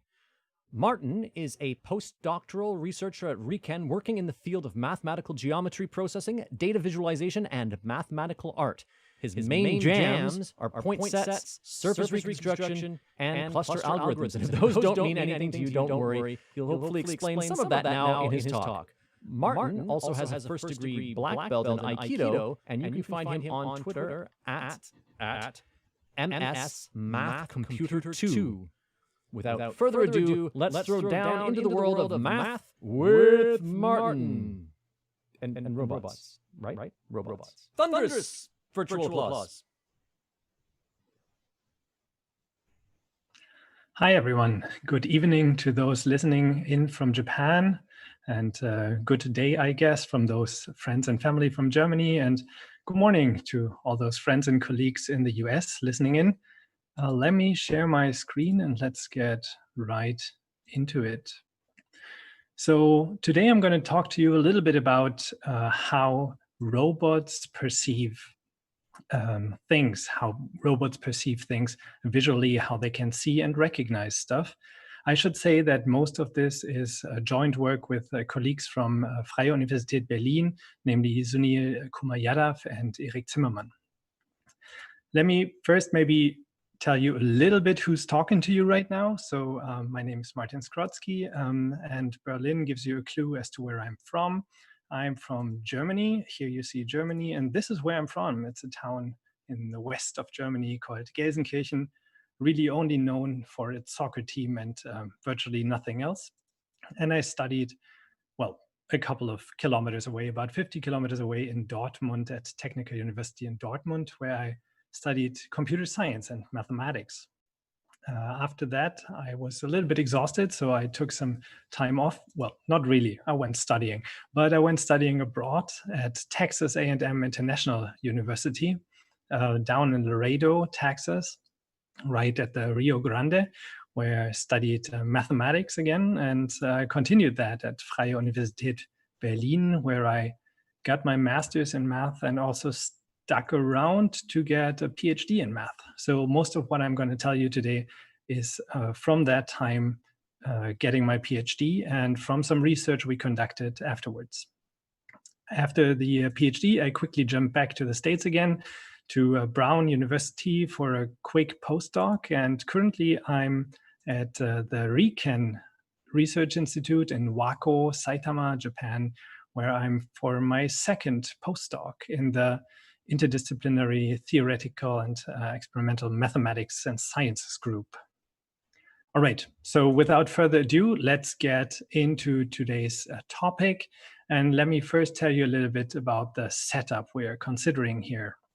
So what I'd like to look at in my talk is a factory. And our model factory will have certain products. These are the products, and you see these are nice cubes, and we will just stick with these cubes for the talk as examples. So what happens at a conveyor belt like this in a factory? Well, at the end, there's usually some person doing quality control. So this person will look at the product and see whether there's any damages or problems with it that might cause it to be tossed out here. Well, so people are costly, people are possibly getting tired at some point and might not pay attention to these products as well as they should. So in an ideal factory, really, we would have a robot that never gets tired and always looks enthusiastically at all the products running off from this conveyor belt. So how does the robot perceive our cube that's running off here? One famous way to do this is via laser scanning. So the robot actually shoots a laser beam from his eye that's not going to hurt the product, no worries. It's going to be a very low energy laser. And this laser is going to be reflected from the product back to the robot. And this gives the robot a nice idea as to what he has in front of himself. Well, this is an optical measurement. So obviously the robot can only see what's right in front of him, and he can't see this back side of the cube, right? So he might need to turn the cube or walk to the other side of the cube and take another measurement, get another piece of the puzzle here, and has to continue that maybe for the back plate or the bottom, and possibly get in the shot from here. And now you see we have 1, 2, 3, 4 puzzle pieces, and the robot can start internally puzzling these pieces together and finally seeing this cube. So here again on the left hand side we have the actual product that our company makes. It's green cubes, and the quality officer thinks it's okay, it's a good cube. So our robot has a problem because it doesn't see this nice cube on the left hand side. What it sees is like this bumpy cube that has a lot of little creases and curves and caresses and edges, and it's not as nice and smooth as this left-hand side one here. So where does this problem come from? For those of you who are old enough to have ever seen this, that's basically going to one of these older TVs and going like in between the channels. And what you see here is white noise. So some radio signals that aren't meaningful, that are just really being picked up by your TV, and being some noisy values, and we see the same thing here. So while here in the image you have some black and white dots, here on your cube you have some parts sticking out and some parts rather like being pushed into the cube. And this is a problem, right? Because this is basically a measurement error of our robot. So the robot has the same problem that we have when measuring things. If you're given a ruler like this and you only have certain tick marks on the ruler, you won't be able to really precisely measure anything in between those tick marks, right? So in the case of our robot, the objects that we produce, our cubes, they might be glossy. So they reflect the laser light, the laser impulses that the robot uses to measure the object. They might reflect them and scatter them and disparate them all over, and the robot can't get a good measure on it. Maybe when we produced the robot itself, we weren't really careful. So there's tool imperfections built into the robot. And so maybe the distance to the object isn't actually perceived accurately. There's environmental factors going into these measurements. So think of any company factory you've been lately. If you've been, then you will know it's loud, it's noisy, it's rough, it's shaky, all these big machines going off. And so there might be vibrations that throw off our robot here. And finally, the robot is a computer, so it has some limited storage, and it might not be able to store all the data that it needs to the very finite precision that we need to actually recognize our product. So is everything lost? Well, let's see what happens. So our products come out of the factory, our quality officer looks at them and thinks, yep, these are all perfect, good cubes, they can go off for shipping. On the other conveyor belt, a robot looks at the stuff and he sees this really noisy and rough and not nice and smooth cubes and decides to basically toss them all into the trash, which is obviously not what we want. So shouldn't we use robots now? Well, let's see whether math can come in and whether some mathematical model can help us here to help the robots see or perceive things better. Let's look at this, whatever the robot is seeing here, and let's actually zoom in a little bit on this top part. Actually, let's zoom in even further, and you see that these little bumps are basically sitting on a plane that should be very nice. So we should see this nice flat plane, but there's like little mountains and possibly little valleys that would need to be smoothed out. So if we focus on this mountain right now, what we would need to do is just like push the top of the mountain down. And then we would have a nice flat plane, and that would perfectly well describe what our cube looks like. So in terms of a mathematical model to do this, let's look at something we all know, heat flow, and let's look at this short animation for this. So what you see here is a glass of which has a little bit of water and some ice cubes, and over time, obviously, the ice cubes are melting.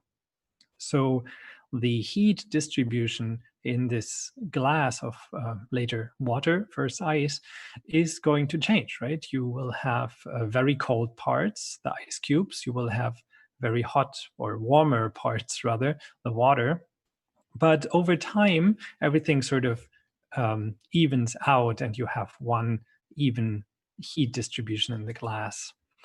The same thing works for a heat source. So if we have like some heat on a metal plate and we look like, okay, so this red means that these parts of the metal plate are really hot, and yellow means they're not so hot.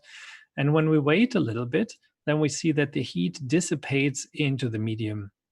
And actually the medium heats up and these very hot parts become cooler.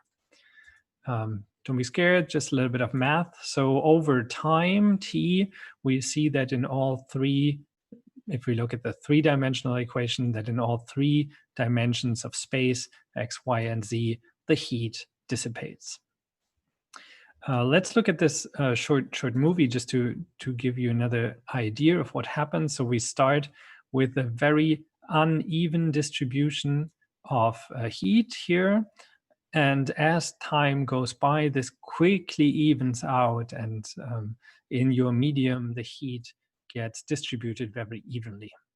So that's something that we can all agree, right? If in summer we take a nice cold foot bath to cool ourselves down, then it doesn't take too long until the cool water is actually warm again and everything evens out. And we're going to basically use this same principle here on our cube. So let's look at what that looks like. So we're going to focus on this top part of the cube here, and it's shown here.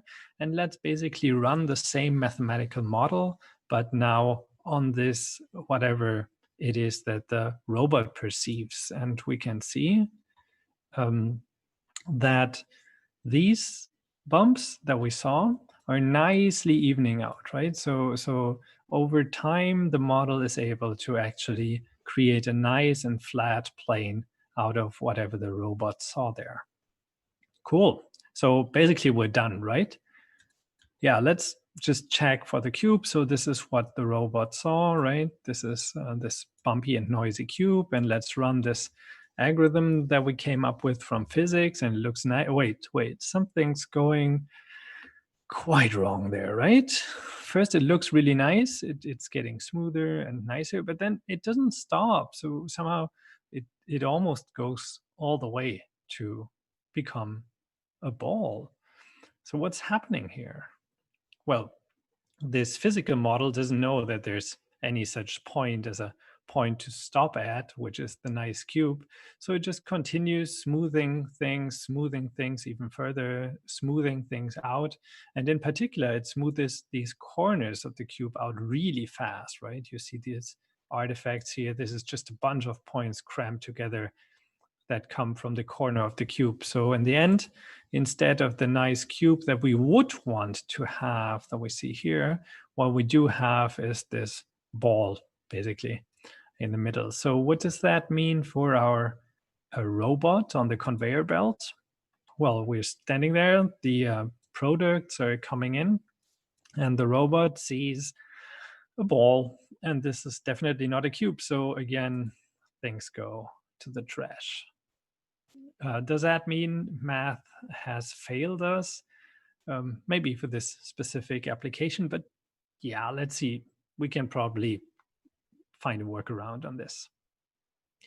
For the workaround, let me introduce you to a concept really quick, a concept that we call normals, but that I would like you to think of as spikes here, because we're going to look at this hedgehog. And this hedgehog has 5,000 spikes on his back. And you all know what happens when the hedgehog encounters an enemy.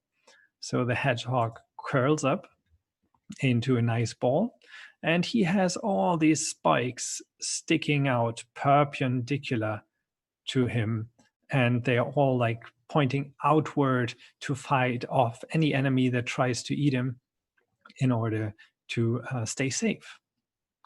So we're going to basically use this very same idea. So we're going to take the parts of our cube, the parts that our robot saw, and on each of these parts, what we're going to do is we're going to put such a spike, and we're going to have these spikes, and we're going to, additionally to the parts of the cube that we had, we're also going to start working with these spikes.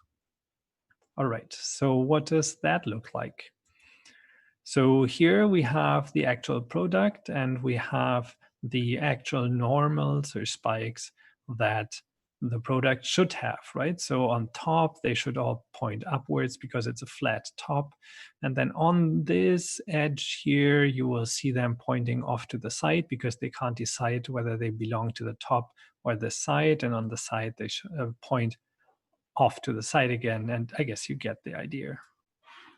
So the robot has a slight problem with this because it doesn't know this nice underlying cube. So what it will see is not such a nice picture. So you see in particular here, they are all over the place, right? They're not in a nice line. They're basically fanning out here. Also, this is nicely standing upright. This is a mess, a bamboo forest, but a mess.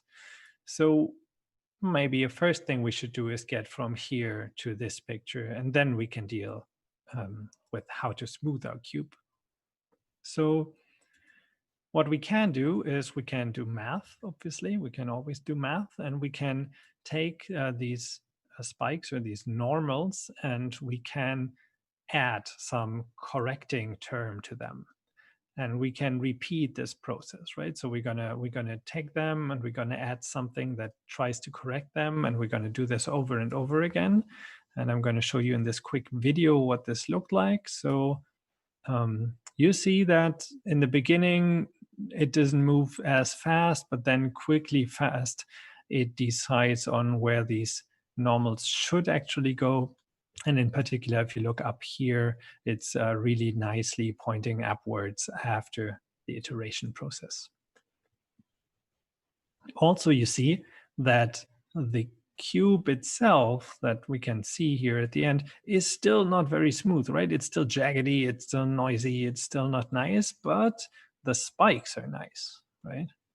So this is what we call like a multi-step method, because in the first step, we didn't even touch the cube. We only touched its spikes. And now we're going to get into the second step where we use the spike information to touch this cube and to improve this cube. So here we have a nice field of normals now, a nice field of spikes, and these normals come from some mathematical equation where this symbol basically means that we can do things to infinite precision. So this is nice in mathematics, but doesn't really work for a robot because the robot, as I said, has only a finite memory field, so it can't really go into infinite precision. So we need to come up with something that is working with a finite precision. So we're only taking a finite things here, again, on our normals, and what we can derive is what mathematicians call an eigenvalue decomposition here. It's really at this point not so important what these are. The main thing is that from these spikes, these normal fields, we can derive another quantity. And this quantity gives us a parameter that, and let me show you a picture because that will make things clear. These parameter measures whether we're on an edge or on a corner, right? So this is a geometry, an object that has a lot of edges and corners and a lot of rather flat areas also. And you can see that this property here, which is if it's high is red, if it's low is white, and it's rainbow colored in between. So on this line, it can't really decide. It is quite sure that this is not flat. It's not so sure whether it's an actual sharp crevasse or not. But on all the other creases here, you see it's really detecting them nicely and sharply, right? So this is what we want. This is what we want for our cube. We want to detect these corners. We want to detect those edges, and we don't want to touch them.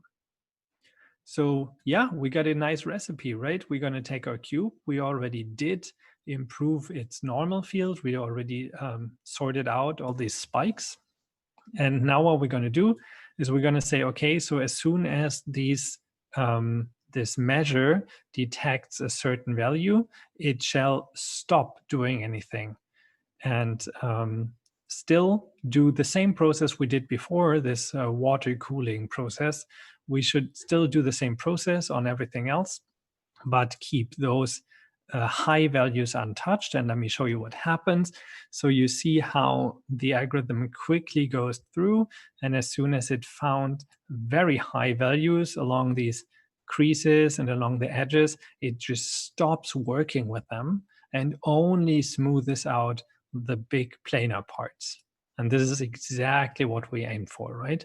So our robot is still not able to actually see the cube. Our robot still sees this, but by internally processing it and by internally doing the math to even out these problems, he can derive that that should be a cube, what he's seeing, right?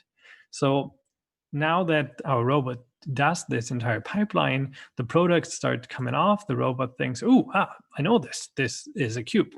And he can finally also sort these as really nice and good products. End of story? Well, not quite. Let me direct you to one more problem we have, and that's really tricky one. Namely, what I called here perfect quality control. And for this, I'm going to show you this bunny here. Right? This is the bunny that the robot sees from one side. That's why the ear is cut off. But so you see how it's very structured, it's noisy, it has a lot of these bumps, right? And I'm going to show you another bunny. This is a bunny where we did apply our algorithm that we've derived so far. And we're going to continue applying this algorithm to this bunny, and we're going to end up with the next iteration, and the next iteration, and the next iteration, and the next iteration. So this is difficult because what is the true rabbit? Which one of these is the actual bunny that we were after? There's really no way of knowing, right? And this is what we call in mathematics a ill-posed problem, because we do have some noise on this bunny. This is not smooth, this is bumpy. But we don't know how smooth we have to make it in order to obtain the original bunny back. And so this is what we call the signal to noise problem. The signal is the bunny and the actual parts of the bunny that are sticking out. The noise is this bumpiness over here. And we don't know how much noise we have to reduce in order to obtain the actual bunny. And let me give you an example where this is extremely relevant. Let's assume we are in the not so far future where we actually do have cars that are out there self-driving, perceiving their environment. So this car is driving, it's regularly checking its environment. So it sees this little hedgehog crossing the road here. And the question would be, is this actually something that's just a bump? Should the road be smooth? Then actually is the road empty?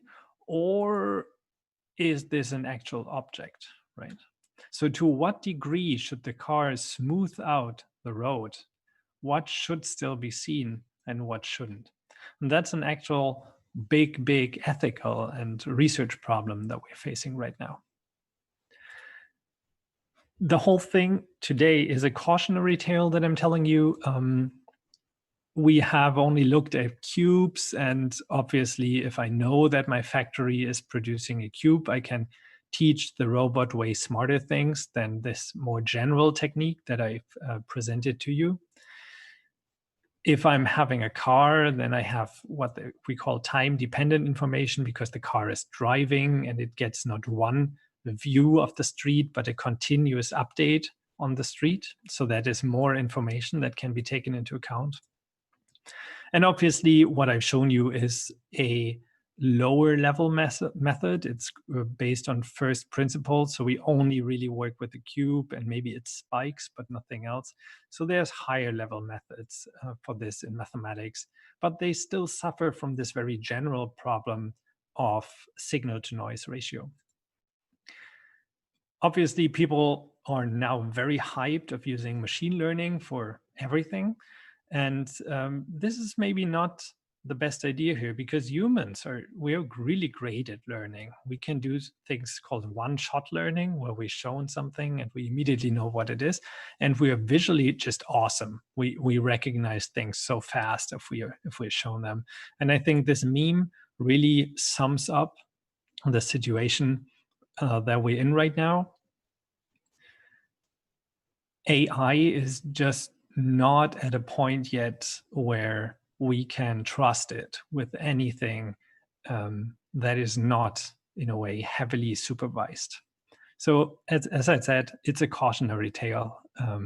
And hopefully now you know a little bit more about why we should be cautious, because in particular of this signal to noise problem, that we need to know what we're looking for before we can see it. So let me conclude here. This noisy behavior is a problem in computer vision. We can remove it by anisotropic smoothing. This is basically the algorithm I've talked you through. We have to keep in mind the signal to noise ratio. If we know what we're looking for, we can smooth for it. But if we don't really know what we're looking for, we might smooth too much and we can lose actual signals, or we smooth not enough and we do still see noise in our data. Current research is basically directed at making this more robust. So this noise, signal to noise ratio problem is getting less severe, and making it scale dependent so that even small levels of noise and also large levels of noise on the same object don't interfere with our algorithms. And with that, I would like to thank you so much. Here's some contact data if you want to spread this or learn more. And I'd like to thank you for your kind attention today.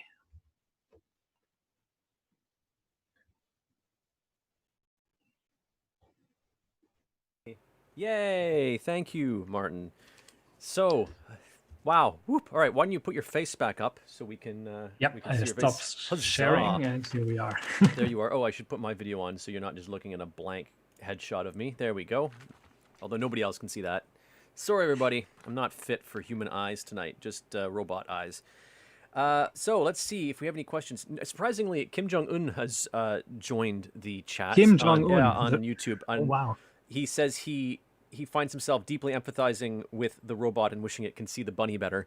No questions, per se, from him. There is a question from... Oops, it's scrolling. I'm scrolling really fast. Yay, everybody's applauding. Isn't that cute? Rod is asking... this is for reconstruction. Can we use these techniques for synthesis, too? No. There are nice techniques for synthesis of models.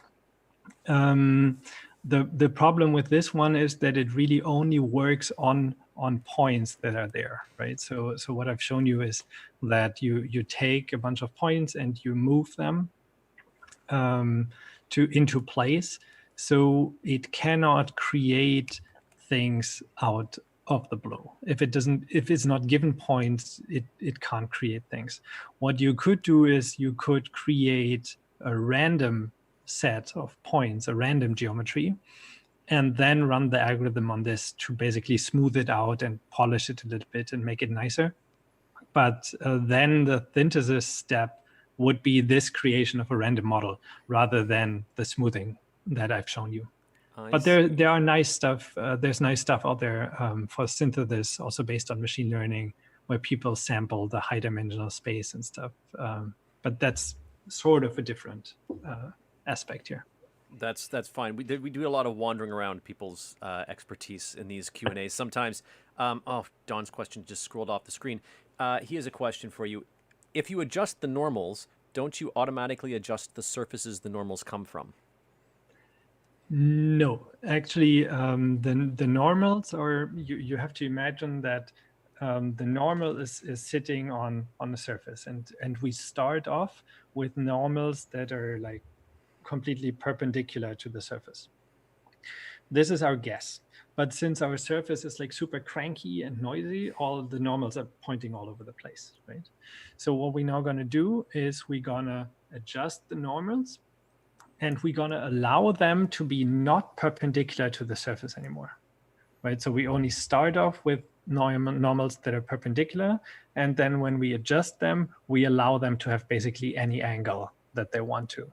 If they want to have a 90-degree angle, well, let them, it's fine, right? And then we're going to use this new normal field in order to bump out the roughness of the surface. Cool. I hope that answers your question, Don. Tacitus, I'm assuming the Roman emperor. I thought he was dead, but apparently he is. Wow, we have a lot of famous people tonight. A lot of dictators in the audience. What is the overlap? He wants to know, what is the overlap of this technology with developing prosthetic eyes? With prosthetic eyes? Yeah. Oh, this is nice. I assume he means prosthetic eyes that can actually see, not just like lumps of glass, because I don't imagine there's much overlap there.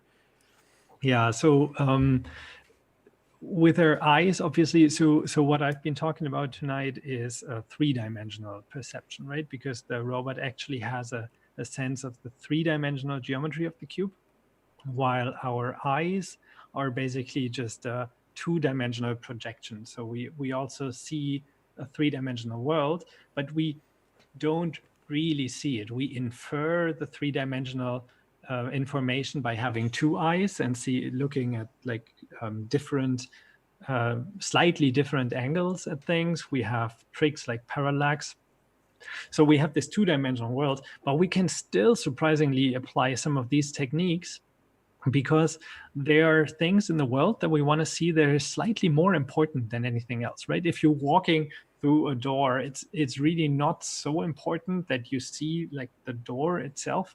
It might be more important to you that you see the door frame, so you can aim and actually walk through, right? And so this frame is in this two-dimensional picture basically a corner or an edge in a very similar way to what the edge or the corner is to this three-dimensional cube. So we can apply very similar techniques to the image, doing not geometry but image processing, and doing things like Karl filters on this to detect these edges, because this is the relevant information also for synthetic eyes and synthetic eye perception. Yeah, really, really cool stuff. Cool. Yeah, guys, keep those questions coming. We're running out here. Kim Jong-un wants to know, what about when the object is moving or spinning? Can it readily synthesize the different perspectives for more efficient reconstruction? Don't give him any big secrets that he can use for his country's. Okay. So I guess for Kim Jong-un, no, and for everyone else, yes. That's a great trick, and that's what people do all the time. So there are readily available commercial products that are like spinning tables. So if you want to say you're working in a company, you have your designer worked on a super nice car model in clay, and now you want to move this car model from clay to a computer model so that your engineers can run all the aerodynamics simulations and stuff, right? So you put your car on a spin table, you know how far the spin table is spinning here, and you always scan it from the same perspective, and you make maybe, I don't know, 360 scans for each perspective, for each degree, one scan, and then you can easily really build these together to a super nice model that will eventually also not so much suffer from this noise issue. So that's a very real application there that's out there, and that basically prevents people from old pipelines where they did all that by hand. Right now they put the clay model on the spinning table, have it scanned, and the engineers can go off and do their computations. So yeah, very, very nice application there. Right. And I mean, in your model of a factory, wouldn't it make sense, rather than having Wall-E, like a mobile robot doing that scanning? A robot's eyes can be separate from their body, right? Like, so you could have the item in the factory go into like essentially like a box, go on a spinning table, and I mean, assuming good enough technology to do that really quickly, you'd probably need to do less like noise reduction on that. Actually, there's no limitation for the robot as how many eyes it has to have, right? So there's very nice applications in, it used to be going through the supermarkets at some point, where you basically go into a little booth, a cylindrical booth, like you with your physical body go into a booth, and this booth has, I think, like a 40-something cameras pointing at you from all sides. Somebody hits a button, they all take a picture simultaneously, and you wait for a couple of hours, and you have yourself as a little 3D printed figurine, because it was automatically reconstructed from all these perspectives, right?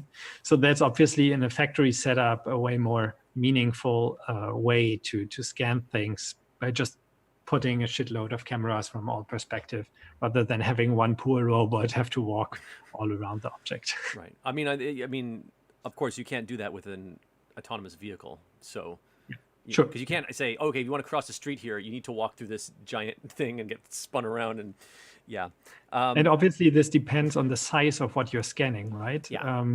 If you're going rather to the case of like scanning an architectural site or an archaeological site, where you're scanning huge temples or whatever, then you rather have all your PhD students equipped with hand scanners and have them run around than trying to move this temple. That does make sense. Don Warren, going back to your comment about seeing the door, Don Warren Human says that he would claim that being able to see the door is very important before trying to walk through it. But this is, again, not his area of expertise. And you, Gib, mentioned just as a person who's currently waiting for a robotic eye prosthetic, just seeing stuff with depth perception would be magical. Don says, did Martin say the build-yourself booth exists in supermarkets? If so, what brand of supermarket? So, well, I'm not. I don't know whether I'm allowed to say brand names here, but so there was a German tech supermarket in Berlin who had this booth set up, so people could just go there and have themselves 3D printed. But I believe if you give it a quick Google search, it should pop up, and if not, drop me an email. I'll find it for you. It's out there. Yeah, but Don, it's not a good time to try to fly to Berlin. Just very put true. That out there. Probably don't true. want to attempt that. Right, so let's give it just got no more questions in the feed. I'll just vamp for 30 seconds to make sure if someone wants to get one in under the wire, they can do that. So what I want to ask you in the meantime is, doesn't this inevitably lead to killbots? Very good question. Yeah, sure. I mean, the more autonomous we make those guys, the more problems we have to handle.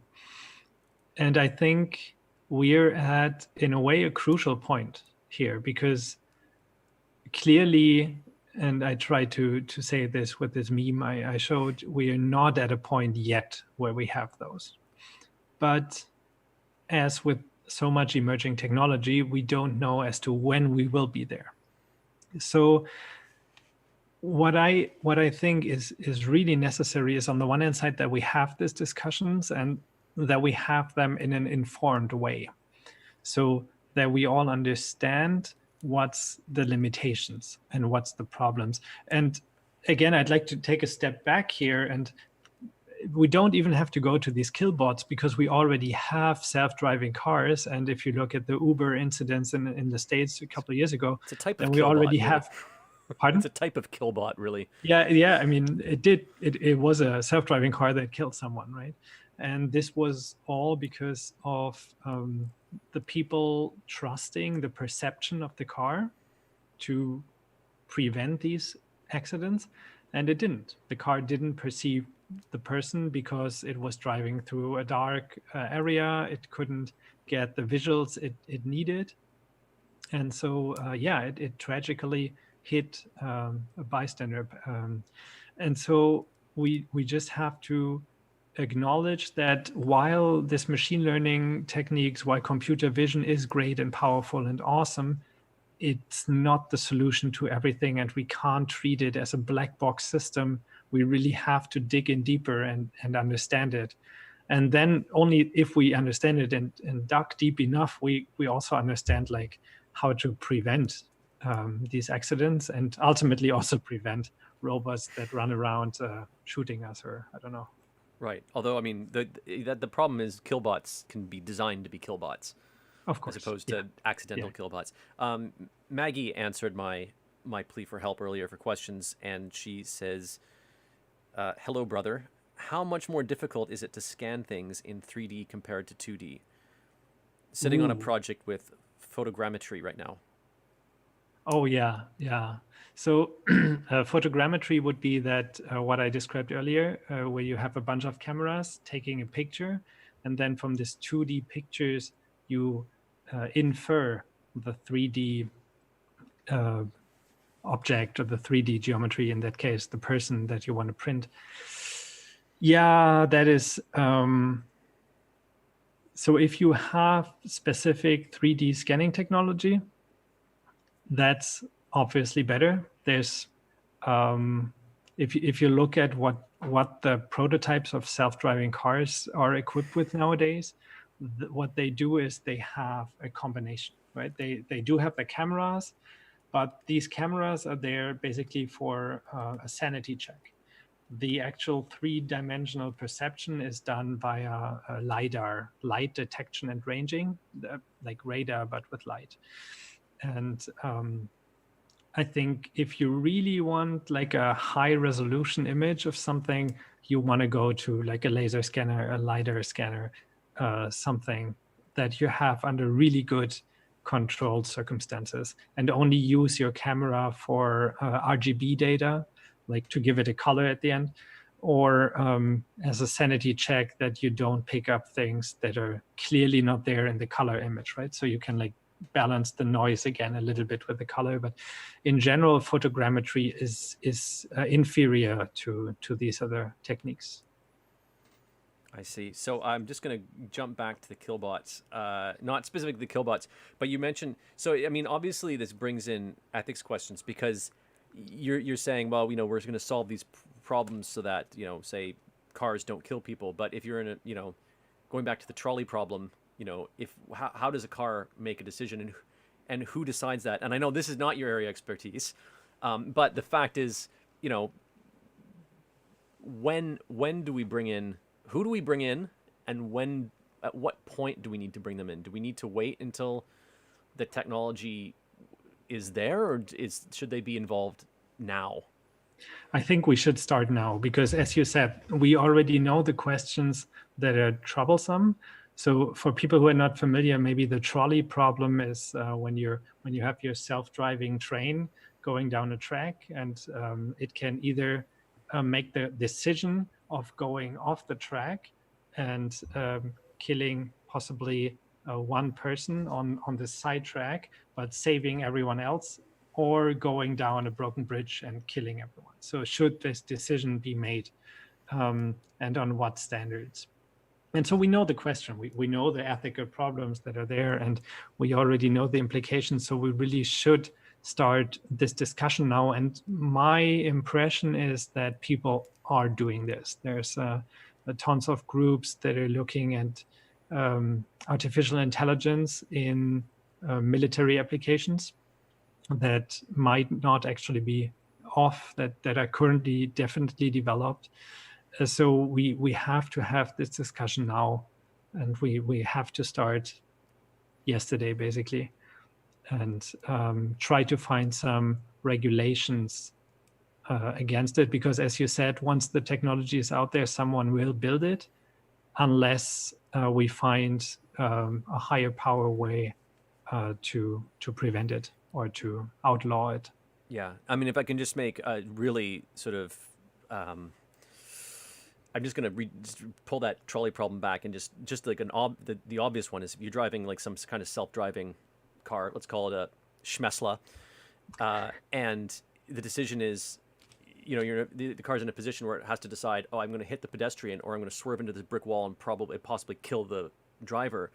Yeah. The car company is going to want to save the driver probably, because who's going to buy a car that would kill you by driving into a wall? Yes. Whereas the tension then with like society is that, you know, maybe you don't hit the 6-year-old who's walked onto the street chasing his ball. So I just want to just bring that, because yeah, I mean, it was my fault. I brought the trolley problem, which is really, it's not, yeah. I wanted to just be really specific what kind of thing I'm talking about. But just checking the feed.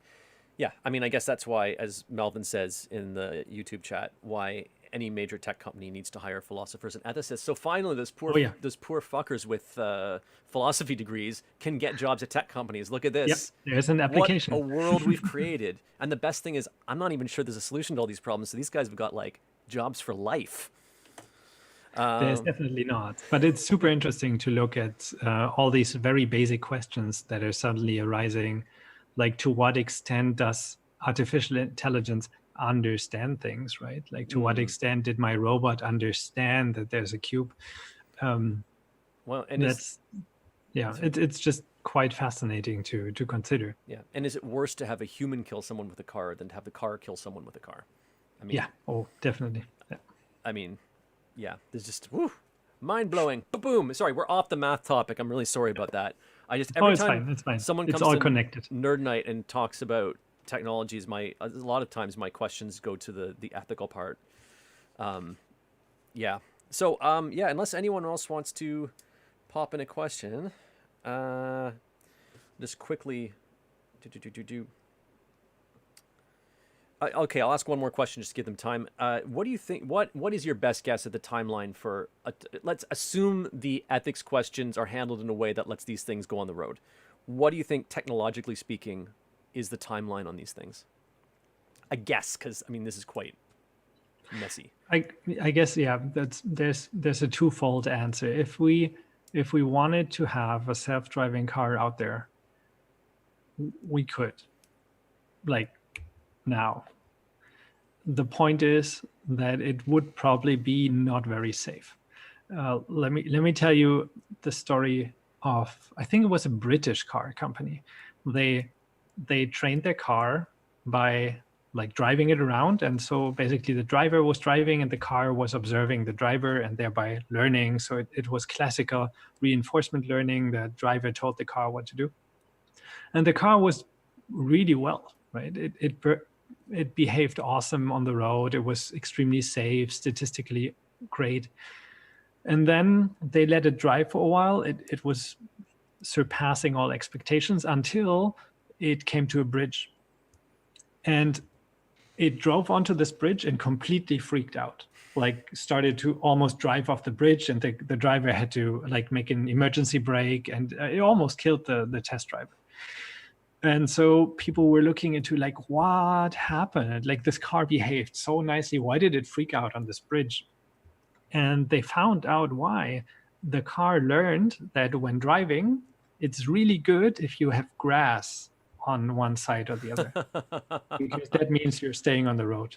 And then it hit the bridge, there was no grass, right? And so I think, yes, we can have assistance systems right now that work in a very controlled environment. And many car manufacturers do this right now, where you have like assistant driving on highways, for instance. They're just like super controlled environments. But and these are nice to train, but going to this really more complex environment of general traffic, in-town traffic, what we need is a better understanding of the methods we're using. Because as long as we don't understand that it's possible for the car to learn something totally different. It learned green is good, and this is completely meaningless. No one would learn driving from their parents, and the parents say, yep, keep the grass to one side, you're good, right? So we need to make sure that when we teach them something, that they're learning the right thing. And that might be quite off. I don't see in the entire field, I don't see any ideas of how to do this soon. There's quite an interesting subfield growing that they call explainable AI, where they try to at least understand why the artificial intelligence learned something and how it learned it. But as long as this field is still in its infancy, we won't see any super large major applications soon. Cool. Well, thank you so much for that. Thank you for your talk. I'm you, going to switch guys. over to some slides. So if we could get, we'll do a big hand for everybody in a minute, but let's everyone give a big hand for Martin. Thank you. We'll see that come through in the chat in about 30 seconds. Yeah, I look at it in YouTube. Thank you so much. It was lovely chatting with you. And yeah, thank you. The talk was lovely too, but we just did this thing. And yeah. Okay, so I'm going to. Have a good night. I'm just going to do my little outro stuff here. Sure. So let me just hit the right buttons this time. Yikes. And here we go. There we are. Okay. I believe I'm on the right thing. Okay, great. So everyone just bears with me. Okay, thanks again to Martin. Thank you so much. And a big thank you to all of our speakers tonight. Christine, Virtual Pharaoh, and again, Martin. Thank you to Dawn and Ian and Bruce and Coco and Joan and Selena and Melvin and Rio. Hey, I miss you guys. A huge thank you to my co-boss Amanda for being the organizational glue that holds this jalopy together and for coming up with the idea of organizing a Nerd Night in Tokyo in the first place. We've cracked 4 years, Amanda. Did you think it would get this far? And hold on, I gotta remember how to do a slide advance on this thing. Oh, it worked. Look at that. finally, a big thank you to all of you listening and watching for joining us online. Please remember that we'll be back in September with another cohort of 3 smart speakers. Follow us on social media. Just search Nerd Nite Tokyo wherever you social media, or even better, join our mailing list. We sent you a link in our reminder email, and the initial email I think we sent you if you went to the ticketing site for this, and there is a link, I believe, in the YouTube description as well. And we will announce that September date as soon as we have it. As you can imagine, things are quite up in the air. We don't know if we'll be back in Meet Space or back online, so that affects the dates. Okay. Boom. Just a reminder to check out that podcast I mentioned earlier. Episode 1 is up, warts and all. So go and subscribe wherever you get your podcasts. Just update as of right now. It hasn't been approved by iTunes yet. That should happen in the next 24 hours. It's on a bunch of other platforms like Stitcher and Pocket Casts and a couple others. It'll be on all of them by probably the weekend. But you can just search Miss Charlotte or Wayward Readers in the podcast app of your choice. In case you joined us super late, just a reminder that Nerd Nite Tokyo is a fundraiser for the Yokohama Theater Group. If you enjoyed yourself tonight, and you are able to, please head over to ytg.jp and support us. That is also where you will find our wonderful beakers. Where are we? Back there. So from Yokohama, Japan, for Nerd Nite Tokyo, this is Andrew Woolner bidding you good night, and see you next time. And I really feel like I should have queued up some music here to play us out, but I didn't. So let boop boop boodly doo boodoo.